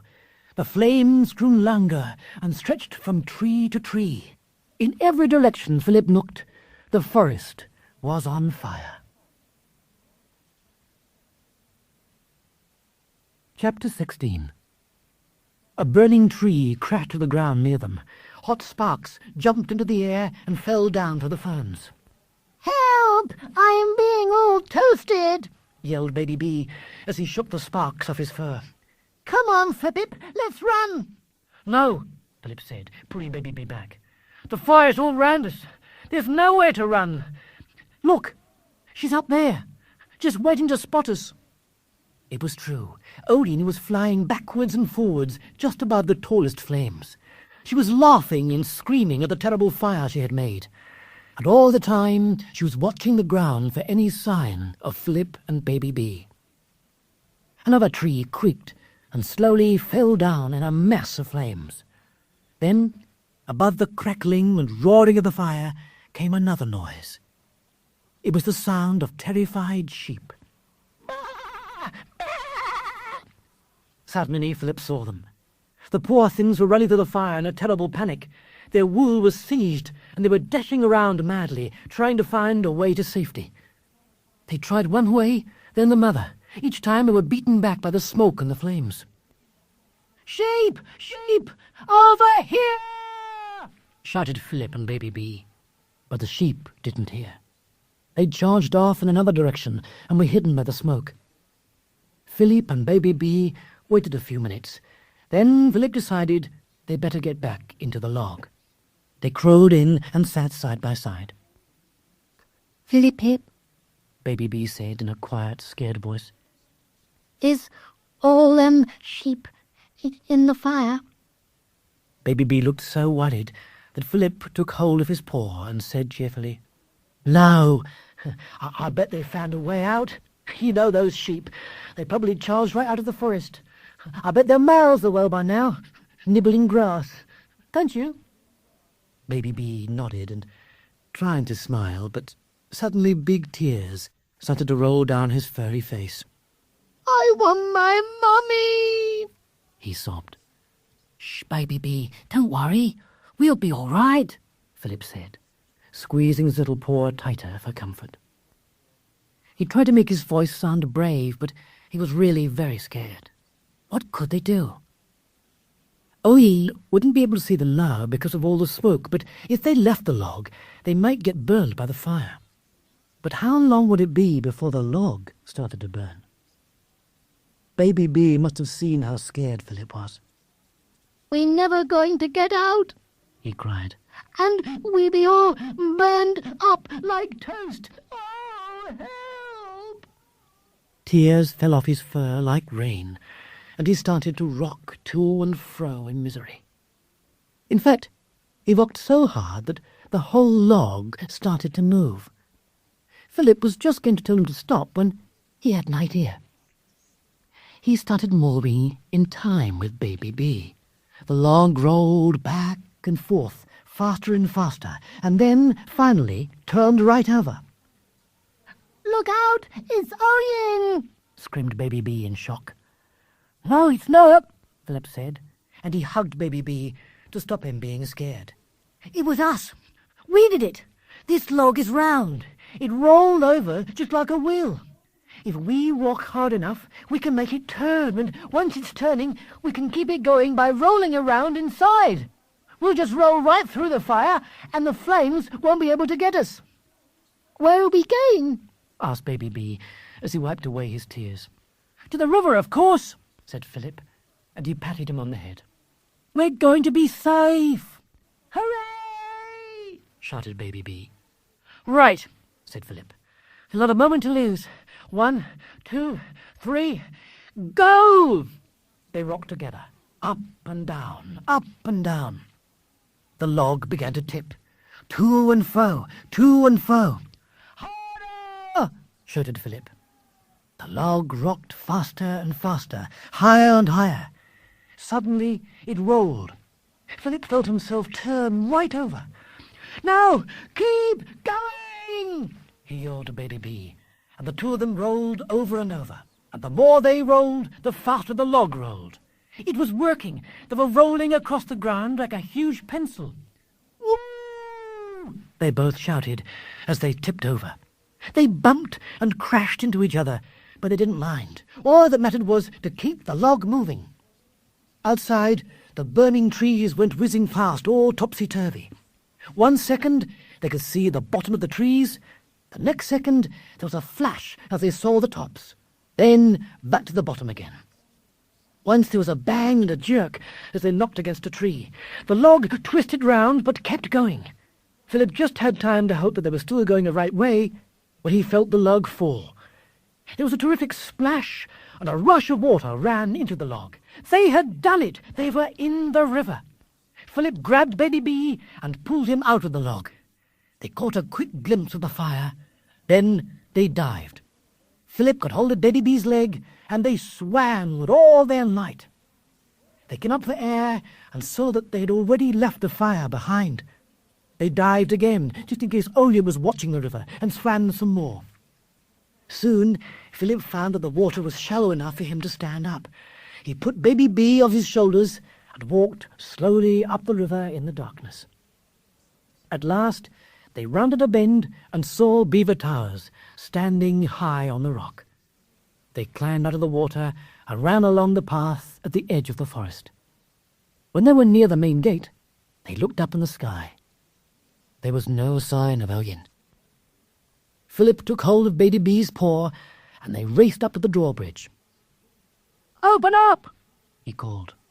"Who is it?" someone said. "It's us!" they both shouted. "Who's us?" came the voice again. "Me!" Baby B yelled, jumping up and down. "Quick, quick! Owen will hear us!" "Is that you, Baby B?" asked the voice. "Yes, yes, it's me and Flip. Quick, open the bridge!" They both looked anxiously at the sky. After all the shouting, Owen might come at any minute. There was a grinding noise, then a creak. The bridge started to come down. At the same moment, they heard something crashing through the forest behind them. They turned and stared in fright. The bushes near them shook, and then, out into the moonlight, charged 6 black shapes. Help! It's growlers! squealed Baby Bee, and he jumped into Philip's arms. Bah! Bah! Said the 6 black shapes. It was the sheep. They were dirty, they were scared. They had lost most of their wool, but they were safe. "Oh, wow!" laughed Philip gently as he patted them. "You finally decided to come to Beaver Towers after all." Baby Bee cheered, and the sheep went, "Bah!" Then they all ran across the bridge. In the safety of the courtyard, friendly faces waited for them. Chapter 17. Philip was too tired even to stand up. He sat down next to Baby Bee in the courtyard, while all the animals crowded round asking questions. Baby Bee was already asleep. Philip tried to talk, but he couldn't. In the middle of all the noise, he heard Mr. Edgar shouting, "Hold your horses. Let's have a bit of hush. Now, some of you rabbits scuttle off and get some grass for these poor sheep. They look starved. Meanwhile, we'll get these other 2 inside." Baby Bee's mother picked up her sleeping son and carried him into the castle. Mrs. Badger and Mr. Edgar helped Philip to his feet and walked him slowly to the door. "He must go to sleep straight away," said Mrs. Badger. "Put him in the bedroom next to the library, Mr. Edgar. I'll heat up some broth." "Oh, dear me, Mr. Edgar, fancy letting Mum go off like that. I'm surprised at you." Mrs. Badger went into the kitchen, still grumbling. Mr. Edgar led Philip upstairs to a room where 2 beds had been made up. Baby Bee was already tucked up in one of them. His mother was stroking his head. "Poor little chap," she whispered. "He'll sleep like a top all night. Really, Mr. Edgar, I'm surprised at you, letting these 2 go off like that. They could have been killed." "Yes, I know," sighed Mr. Edgar. "Now, don't you start. I've already had Mrs. Badger on at me." Baby Bee's mother patted her son once more and tiptoed out of the room. Mr. Edgar turned the oil lamp down until there was just a soft, warm glow. Philip got undressed quickly and slipped into his bed. The sheets were cool and crisp. It was so good to lie down. "Well," said Mr. Edgar quietly, "you see what a pickle you've gotten me into?" "I'm sorry, Mr. Edgar," Philip said. "Oh, never mind. No harm done, eh? Now, tell me all about it. I'm itching to know." Philip lay back on the pillow and told Mr. Edgar everything. Mrs. Badger came in and gave him some delicious broth. "Really, Mr. Edgar, you must let this boy get some sleep," she said. "I've nearly finished, Mrs. Badger, and stop fussing.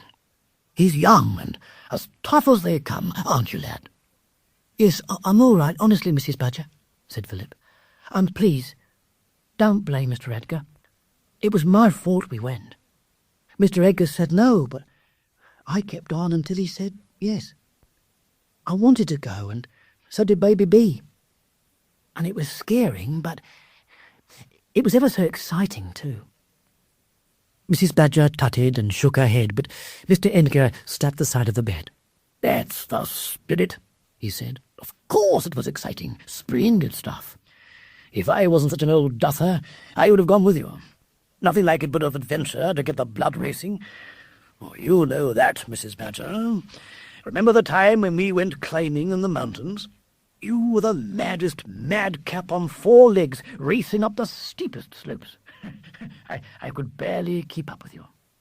"Really, Mr. Edgar," Mrs. Badger said. She tried to sound angry, but there was a laugh in her voice and a twinkle in her eye. "I was young and foolish in those days." "That you were, Mrs. Badger. And wasn't it fun?" Mrs. Badger gave a growly laugh and put a paw over her mouth. "It was," she said. "Such fun." "And who was it who climbed the highest mountain on the island all by herself?" Mr. Edgar went on. "Me," said Mrs. Badger, smiling. "And I never forget the telling off my dear old father gave me when I got back." "There you are. Mr. Edgar said, getting up. Ed, if you were a few years younger, I bet you'd have wanted to go off with Philip and Baby B too. Perhaps, she sighed. Perhaps. Mr. Edgar and Mrs. Badger laughed quietly together. Their eyes became dreamy, and Philip knew that they were both thinking about the days when they were young. Anyway, enough of that, Mrs. Badger said suddenly. Look at this poor lad. He's tired out.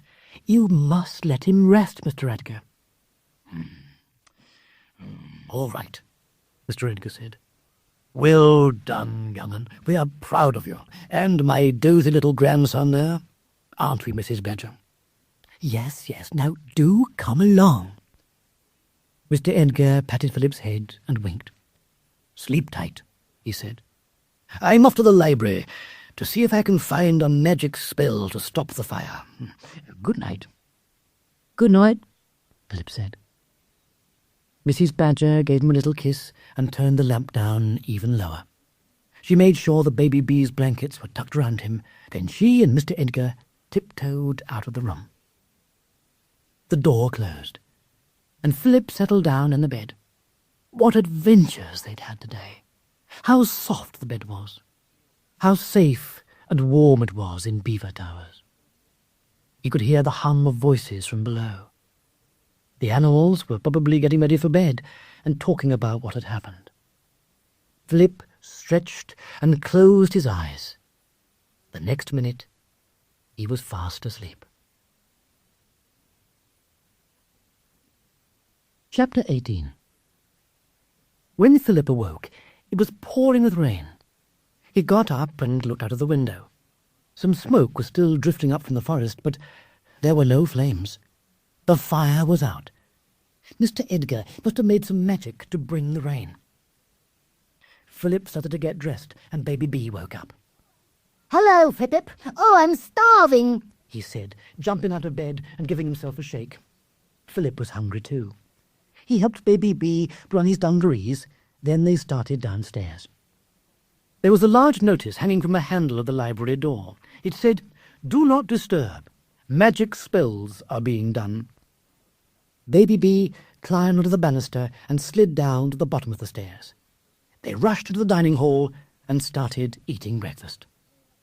Baby B drank 4 big mugs of milk and ate 7 slices of bread and jam. As soon as all the animals had finished eating, they came over to Philip and Baby B and asked questions. What was Odin like? How had they escaped on the kite? How did they get out of the fire? Philip told the whole story, and the animals would have liked to hear it all again, but they had to get on with their jobs. Food had to be prepared. The castle had to be swept and cleaned. Mr. Stripe reminded the young ones that school would begin as usual in 5 minutes. Me and Philip don't have to come, do we? Said Baby B a bit cheekily. You most certainly do. And don't you go getting too big for your boots, Mr. Stripe said sternly, looking at Philip as well as Baby B. Now, go outside and tell Nick to come in. I expect the young rascal is already cleaning that beloved car, Doris. Mr. Stripe started up the stairs to the classroom, and Philip and Baby B went into the courtyard. Sure enough, the mechanics were there, looking after Doris. Mick was holding an umbrella over her bonnet to keep the rain off, while Anne and Nick were polishing as hard as they could. Come on, Nick. Called Baby B. We got to do a smelly school. Usually Nick never wanted to leave Doris, but today he rushed up to Baby B and started to talk about Owen and the kite and the fire. Philip walked up the stairs behind them. He could hear Baby B boasting again, and Nick was believing every word. Did you, Baby B? Oh, really, Baby B? Oh, you are brave. I wish I could go with you on the kite, the little hedgehog kept saying as he listened. Mr. Stripe said Philip could spend the time drawing the map of the island, and he gave him some paper and some coloured pencils. Nick sat next to Baby B, and Philip could hear them whispering all the way through the lessons on plants. Philip worked hard on the map. He tried to remember where everything was. He drew slowly and carefully. Sometimes he got something wrong and had to rub it out. Bit by bit, it looked more and more like a real map. All the important things were there, the mountains, the rivers, the houses, the forest. He even drew the field where he had first seen the sheep. The poor sheep, what a fright they'd had. The map took all the morning to do. When school finished, Philip wanted to show the map to Mr. Edgar, but the "Do Not Disturb" sign was still on the library door. He sat next to Baby B and Nick at lunch. The two of them were still talking about Owen. Baby B seemed to have forgotten how dangerous and scaring it had all been. He just talked as if it had been good fun. "Where do you think Owen is now?" asked Nick. Philip said he didn't know, but Baby B said, I think she lives on Round Rock Island. I bet she does. I bet me and Flippip can go there on the boat, and then we can catch her and everything. "Oh, can I come too?" Nick said to Philip. He can, can't he? Baby B said, bouncing up and down. He bounced so hard that he knocked his plate.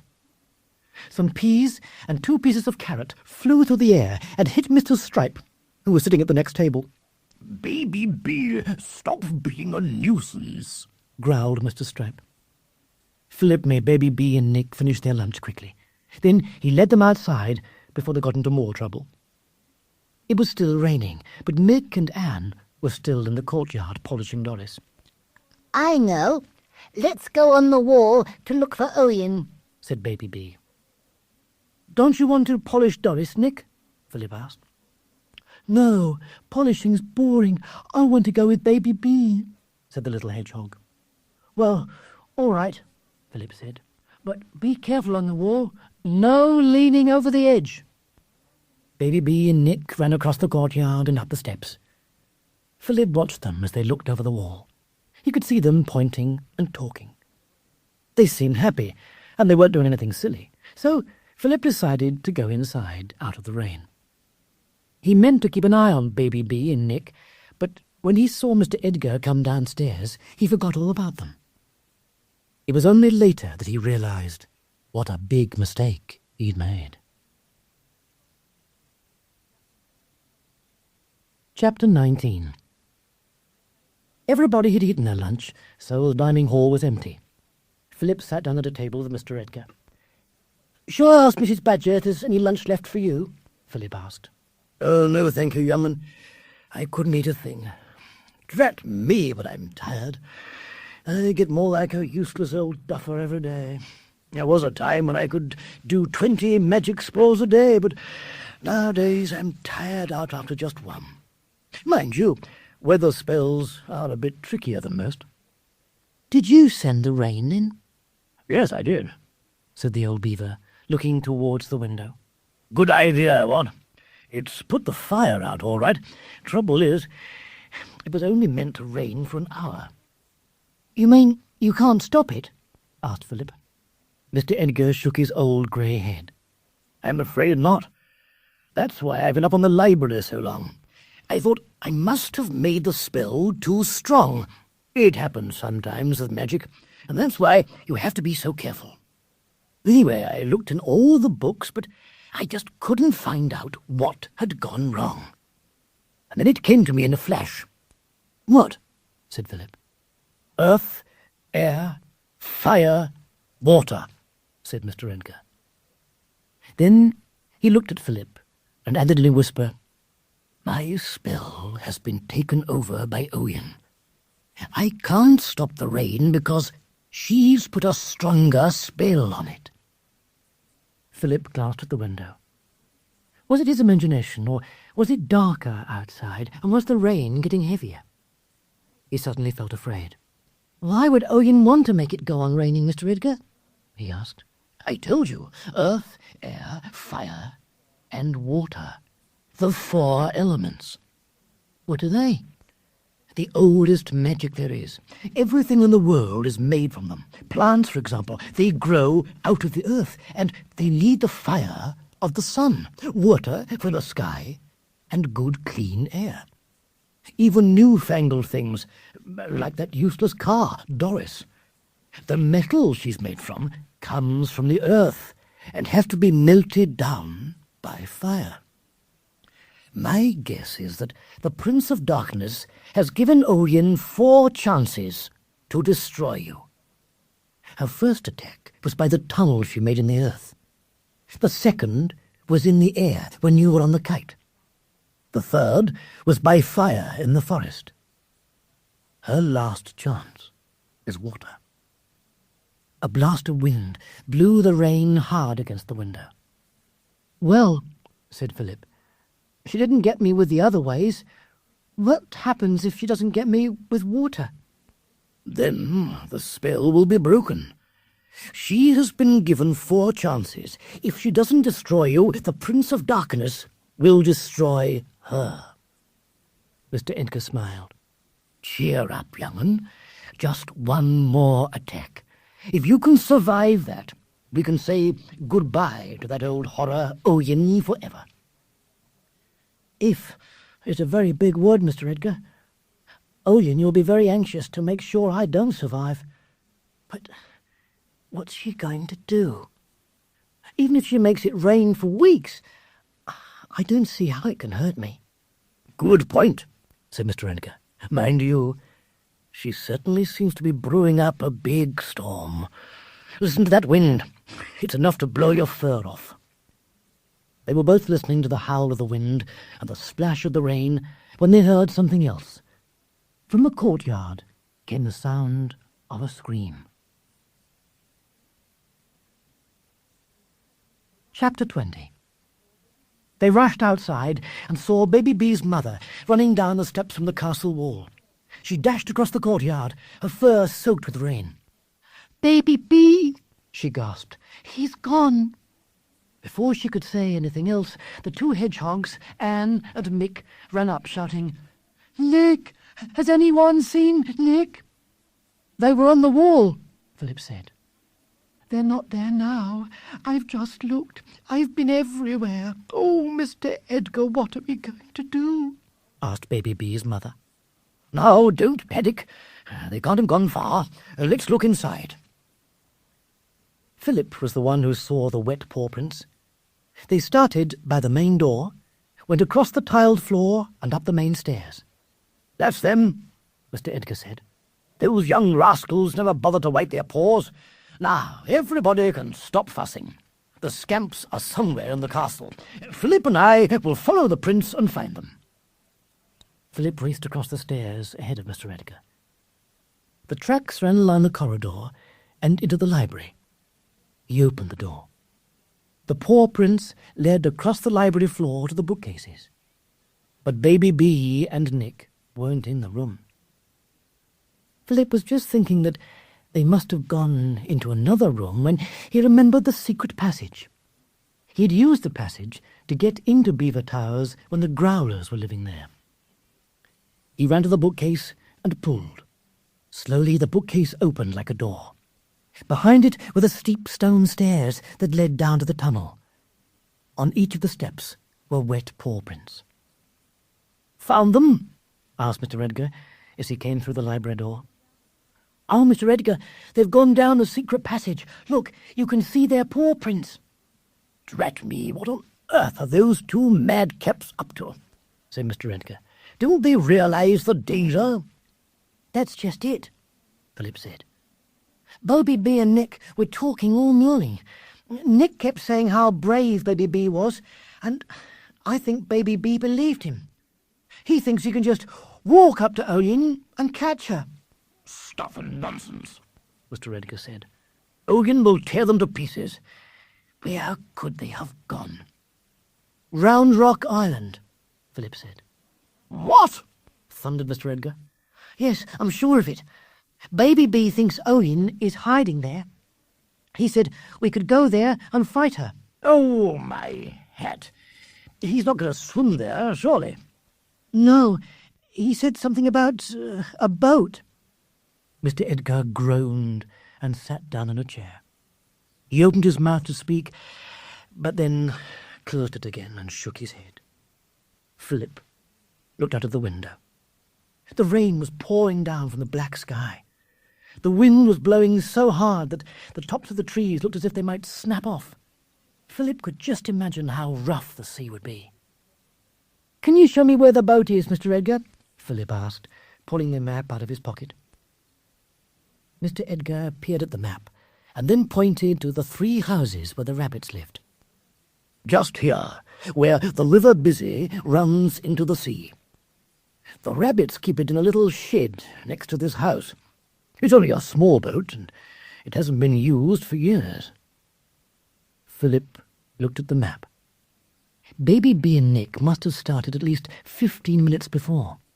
He'd never be able to catch them up, but he must do something. He couldn't just leave them alone with Owen out there. He pointed to the map. "Look, Mr. Edgar, if they're going to try to sail to Round Rock Island, they'll have to go along the coast. If I run very fast, I can probably reach the beach opposite the island about the same time as they do. Perhaps I'll be able to call them and make them come back." "Hold on, young'un. That could be just what Ogan is waiting for. Remember, her last attack will be by water, and she'll be desperate. She knows what will happen to her if she fails." "But if I don't go, she'll attack Baby B and Nick. I must go." Mr. Edgar took Philip's hand and looked him in the eye. "You know what?" said the old beaver. "You're just about one of the bravest young animals it's been my good fortune to meet. Now, get cracking. And just one piece of advice. This will be Owen's worst attack. But there's a reason she has left it to last. She hates water. She's made up of air and fire. Water is her deadly enemy. In fact, she hates it so much that she won't even want to come out in this rain she's made." Philip felt his heart begin to pound. If he waited a moment longer, he would be too afraid to go. He grabbed a torch off the wall. "Goodbye," he called to Mr. Edgar. "Good luck, young'un." Philip held the flaming torch up high and started down the stairs. As he ran along the tunnel, Philip remembered the first time he had used this secret passage. He'd been facing danger then, too, but at least no one had known he was coming. This time was different. This time, Owen knew. And she was out there, just waiting. Chapter 21. The dark tunnel went on and on. The light of the torch didn't shine very far, and the shadows jumped in a very scaring way. Philip was glad when he reached the steps at the end. The rain hit him on the face as he came out, and the wind nearly knocked him over. He put his head down and ran along the path through the forest. Twigs and small branches fell on him. His feet splashed into puddles, and twice he nearly slipped and fell. Already his clothes were soaking wet. "Still, I mustn't mind the rain," he thought. "If Mr. Edgar is right, it means that Owen won't want to come out while it is wet." A second later, the rain stopped. Philip stood still. It was as though Owen had read his mind. She must know that he had left the safety of Beaver Towers. She had stopped the rain so that she could leave her hiding place and come to look for him. Huge black clouds were racing across the sky, driven by the wind. Perhaps Owen was up there, ready to dive down and get him. Suddenly he was very scared. He looked behind him along the path. It would be so easy to turn round and go back to the castle. He would be safe there. No, he must go on. He felt the wind push him in the back. It wanted him to go on towards the sea. It blew harder, and he began to move. The wind howled and pushed faster and faster. Soon he was running, and he couldn't stop. Owen's wind wouldn't let him. Like it or not, he was being blown towards the sea. He passed the path that led to Mrs. Badger's house. He passed the end of the forest. The wind chased him across the open fields. His legs pounded on and on. There was the manor, but the wind didn't want him to go that way. It pushed him towards the orchards. Apples and leaves fell on him as he dashed by. Now he could hear the roar of the sea. He reached the top of a small hill and fell down onto the golden sand. He lay on the beach. At last, he was out of the wind. He sat up and tried to get his breath back. Huge waves were crashing onto the sand. The air was full with spray. Philip screwed up his eyes and looked out across the angry sea. There was Round Rock Island. Waves were bursting against it, almost covering it with white foam. The wind, the waves, it was all part of Owen's trap, and Owen's wind had blown him into it, like a fly into a spider's web. What was he going to do? Mr. Edgar had said that she was afraid of water, and yet the last attack would be by water. Oh, why wasn't he safe at home?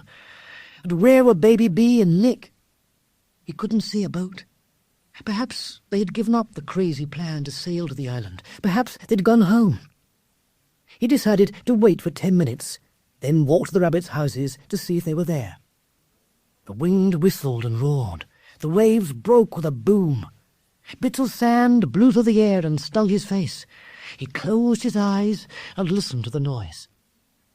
Then, very faintly, he heard it, a tiny, far-away cry for help.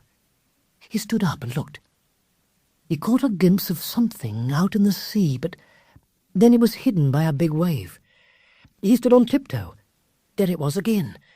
It rose up the side of another wave, and he saw it clearly. A small boat, and Baby Bee and Nick were in it. "Baby Bee! Nick!"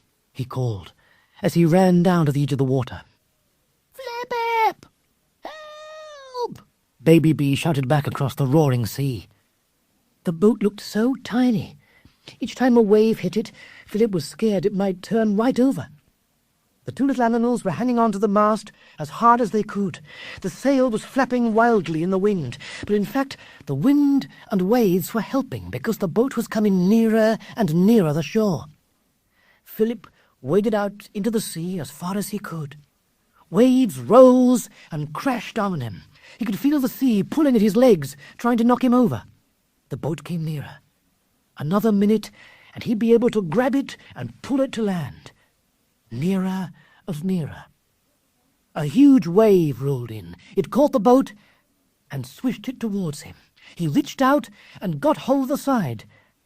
At once, he started to pull it. He pulled and pulled, but the boat didn't seem to move. Surely he must be getting nearer the land, and yet when he looked, the beach seemed further away. Yes, it was. The water was getting deeper. He wasn't pulling the boat was pulling him. His feet could no longer touch the bottom. The wind had changed. The boat was rushing out to sea, and he was going with it. Suddenly, above the noise of the wind and the sea, he heard another sound. It was the horrible, cackling laugh of Owen. He looked up and saw her. She was flapping her cloak. Each time she flapped it, the wind blew. And each time the wind blew, the boat was carried farther and farther out to sea. Chapter 22. The little boat sped away from the shore, rocking like mad. Philip clung on tight as waves burst over him. The water was cold, and he could feel his fingers slipping. "Quick, Flip-Ip! Get in!" Baby Bee shouted. Philip took a deep breath and slowly lifted his leg until he got it over the side. The boat tipped and nearly turned over, but he slid his body up onto the edge. He felt Baby Bee pulling. The next minute, he was lying in the bottom of the boat with Baby Bee and Nick rolling around on top of him. A giant wave crashed against the boat. Water poured onto them, and they tumbled and splashed and bumped into each other. Philip caught hold of the mast and pulled himself up. He grabbed Baby Bee and Nick and dragged them to the seat at the back of the boat. They huddled together for warmth and looked up at Owen. She pointed a long, bony finger at them and laughed. "Blow, wind!" she suddenly screamed. "Take them to the island and smash them on the rocks!" She flapped her cloak, and the wind fooled the sail. The boat raced towards Round Rock Island. Philip could see the huge waves crashing against the cliffs. In a minute, one of those waves would catch the boat. It would hurl them onto the rock and smash them to little pieces. What are we Going to do? Shivered Baby B. Philip shook his head. What could they do? If only he had a knife to cut the rope that held the sail. If they could get rid of the sail, the wind wouldn't be able to push them nearer the island. He tried pulling the rope, but it was too strong. Then he had an idea. Baby B, is it true that beavers can cut down trees with their teeth? He asked. Not very big ones, but only little ones. Said Baby B. Do you think you can cut this rope? Easy. Said Baby B. He bent down and started biting the rope. The boat was getting nearer the cliffs. Hurry up! Shouted Nick, and he grabbed the other side of the rope and started biting too. Ouch! Your prickles are prickling my nose. Said Baby B. Sorry, Said Nick, and he got hold of the end of the rope and pulled instead. Baby B gave one more bite, and the rope broke.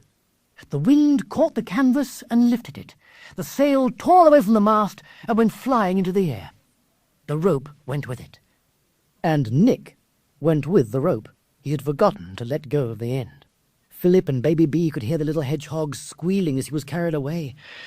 They watched the sail fly through the air and dive into the sea a long way from the boat. Oh, Flip! Cried Baby B.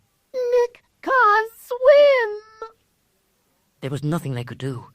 Now that the sail was gone, the boat had stopped rushing towards the cliffs. But it also meant there was no way they could get to Nick. Cassie! "No!" Owen screamed. She raised her hands, and lightning flashed from her fingertips. Philip grabbed Baby B and threw himself to the front of the boat. The lightning hit the place where they had been standing. The woody floor cracked, and the water began to pour in. If Owen made another hole like that, the boat would sink in less than a minute. Philip saw her raise her hands again. What could he do? There was only one hope. Perhaps he could trick her. He stood up and laughed. Owen looked surprised. Go on! Send your lightning! Philip shouted.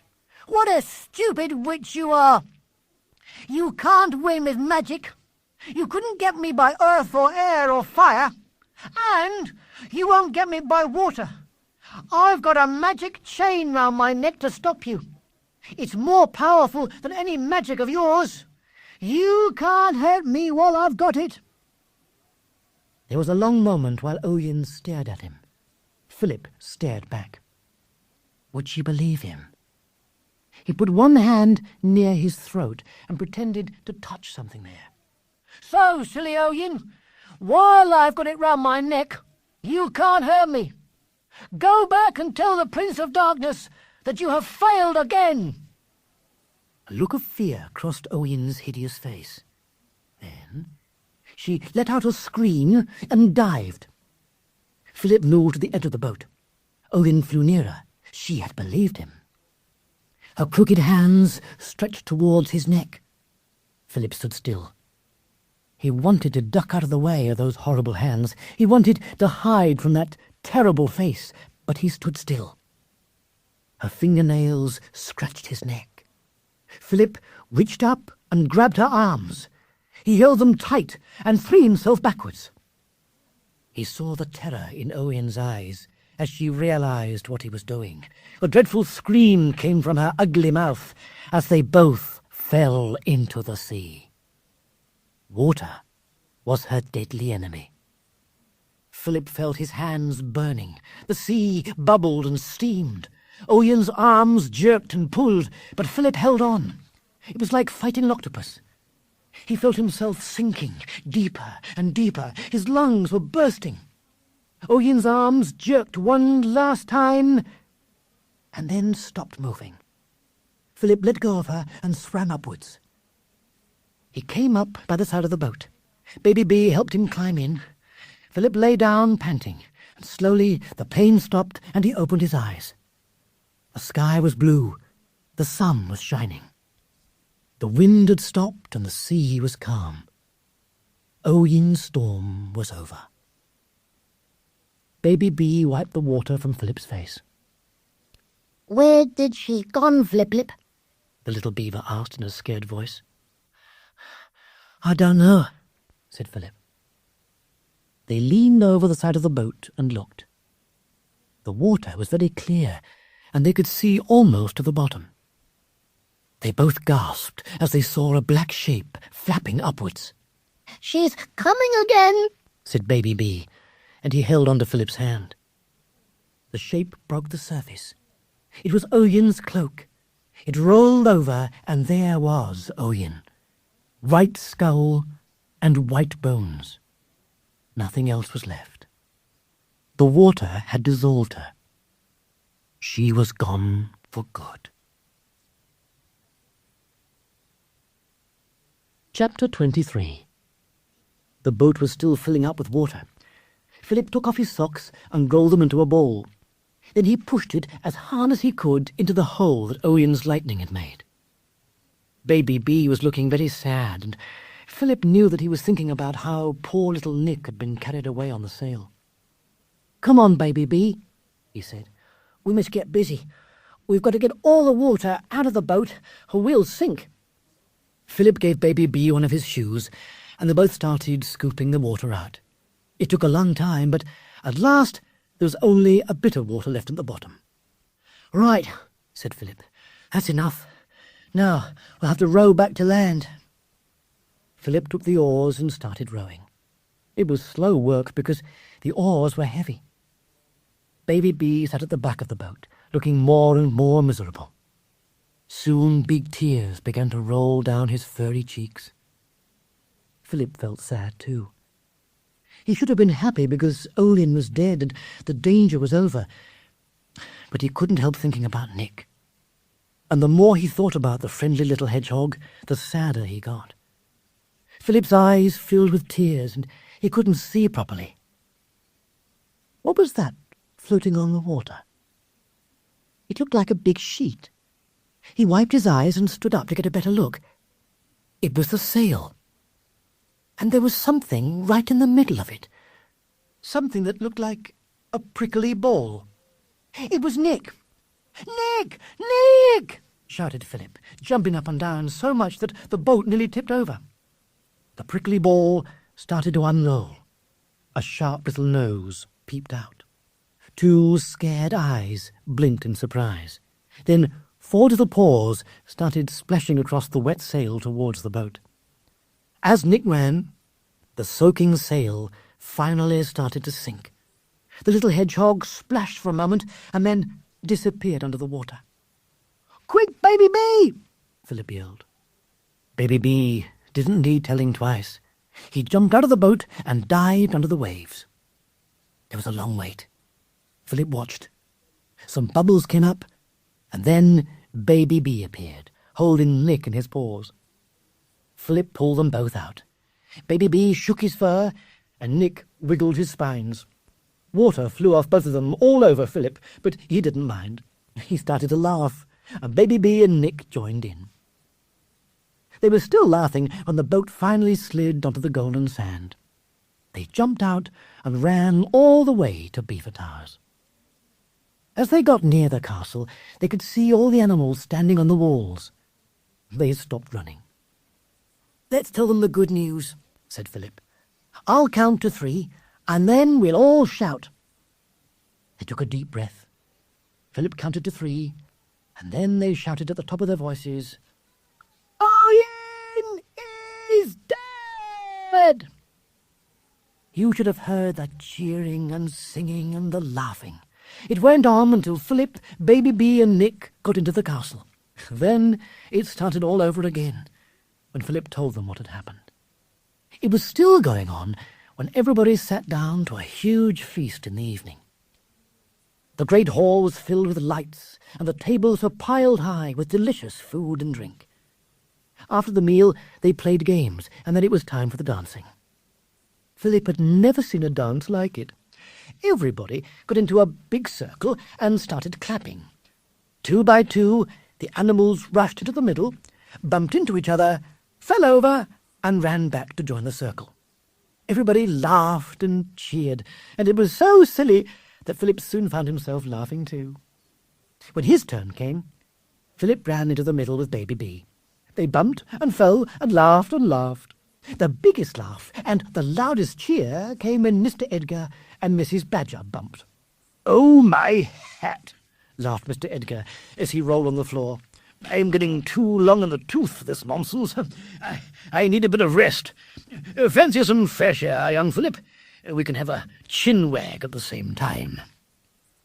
Mr. Edgar led Philip out into the courtyard and up onto the castle walls. They looked out over the forest. The sky was full of stars, and the moon was just coming up from behind the mountains. "Well, young one," Mr. Edgar said softly, "we've got to think about getting you home. And this time we make sure your mother and father don't ask awkward questions about where you've been." "But they're bound to," said Philip. "I've been away even longer than last time." "They won't even know you've been out of the house," Mr. Edgar said. "How?"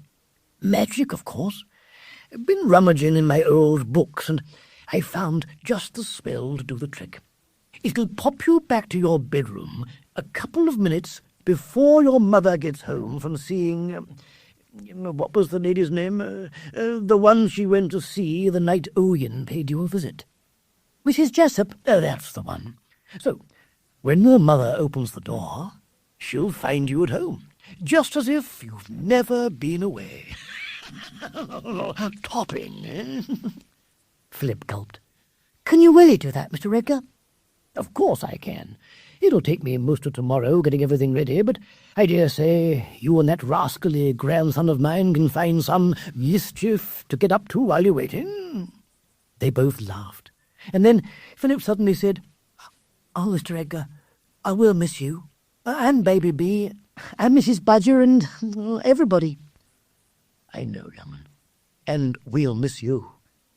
It's hard for friends to part, but as long as I can do my magic, there'll always be a way for you to come back. We'll meet again, don't worry." Mr. Edgar patted Philip on the arm. "Let's just enjoy tonight. Come along, it's time we went back inside." The dancing had finished, and all the animals were sitting round the fire telling stories and jokes.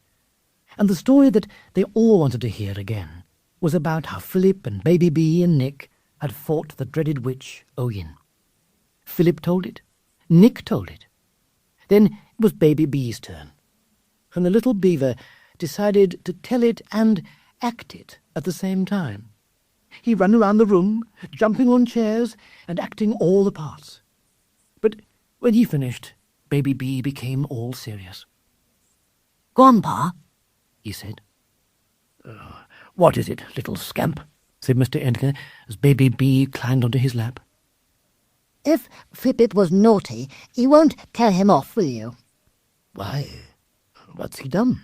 said Mr. Edgar, puzzled. "He told a big fibber. He said to Owen he's got a magic thing on his neck, but he didn't really have one." Mr. Edgar chuckled and stroked the fur on the top of Baby B's head. "Well, I suppose it was a bit of a fib," he said gently. "but I think we can forgive him, don't you?" Baby B thought deeply for a minute and then said, "Yes, I think we can, because he only did it for a very good reason, and usually he doesn't tell fibs at all." Baby B nodded to himself and thought for a bit. "Grandpa," he said at last, "I think Flippet is the bestest human beak in the whole world, don't you?" "Yes," said Mr. Edgar.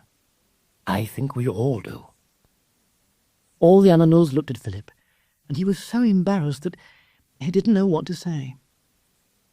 Someone started humming a song. Everybody joined in, and soon the hall was filled with gentle music. Baby B came over and snuggled up on Philip's lap. The dangerous adventure was over. The fire glowed in the fireplace, and the soft song went on and on. Each animal was making his own sound. There were no words, But Philip knew what the song was about. It was about trees and wings and sun and sea. And most of all, it was about friends and love.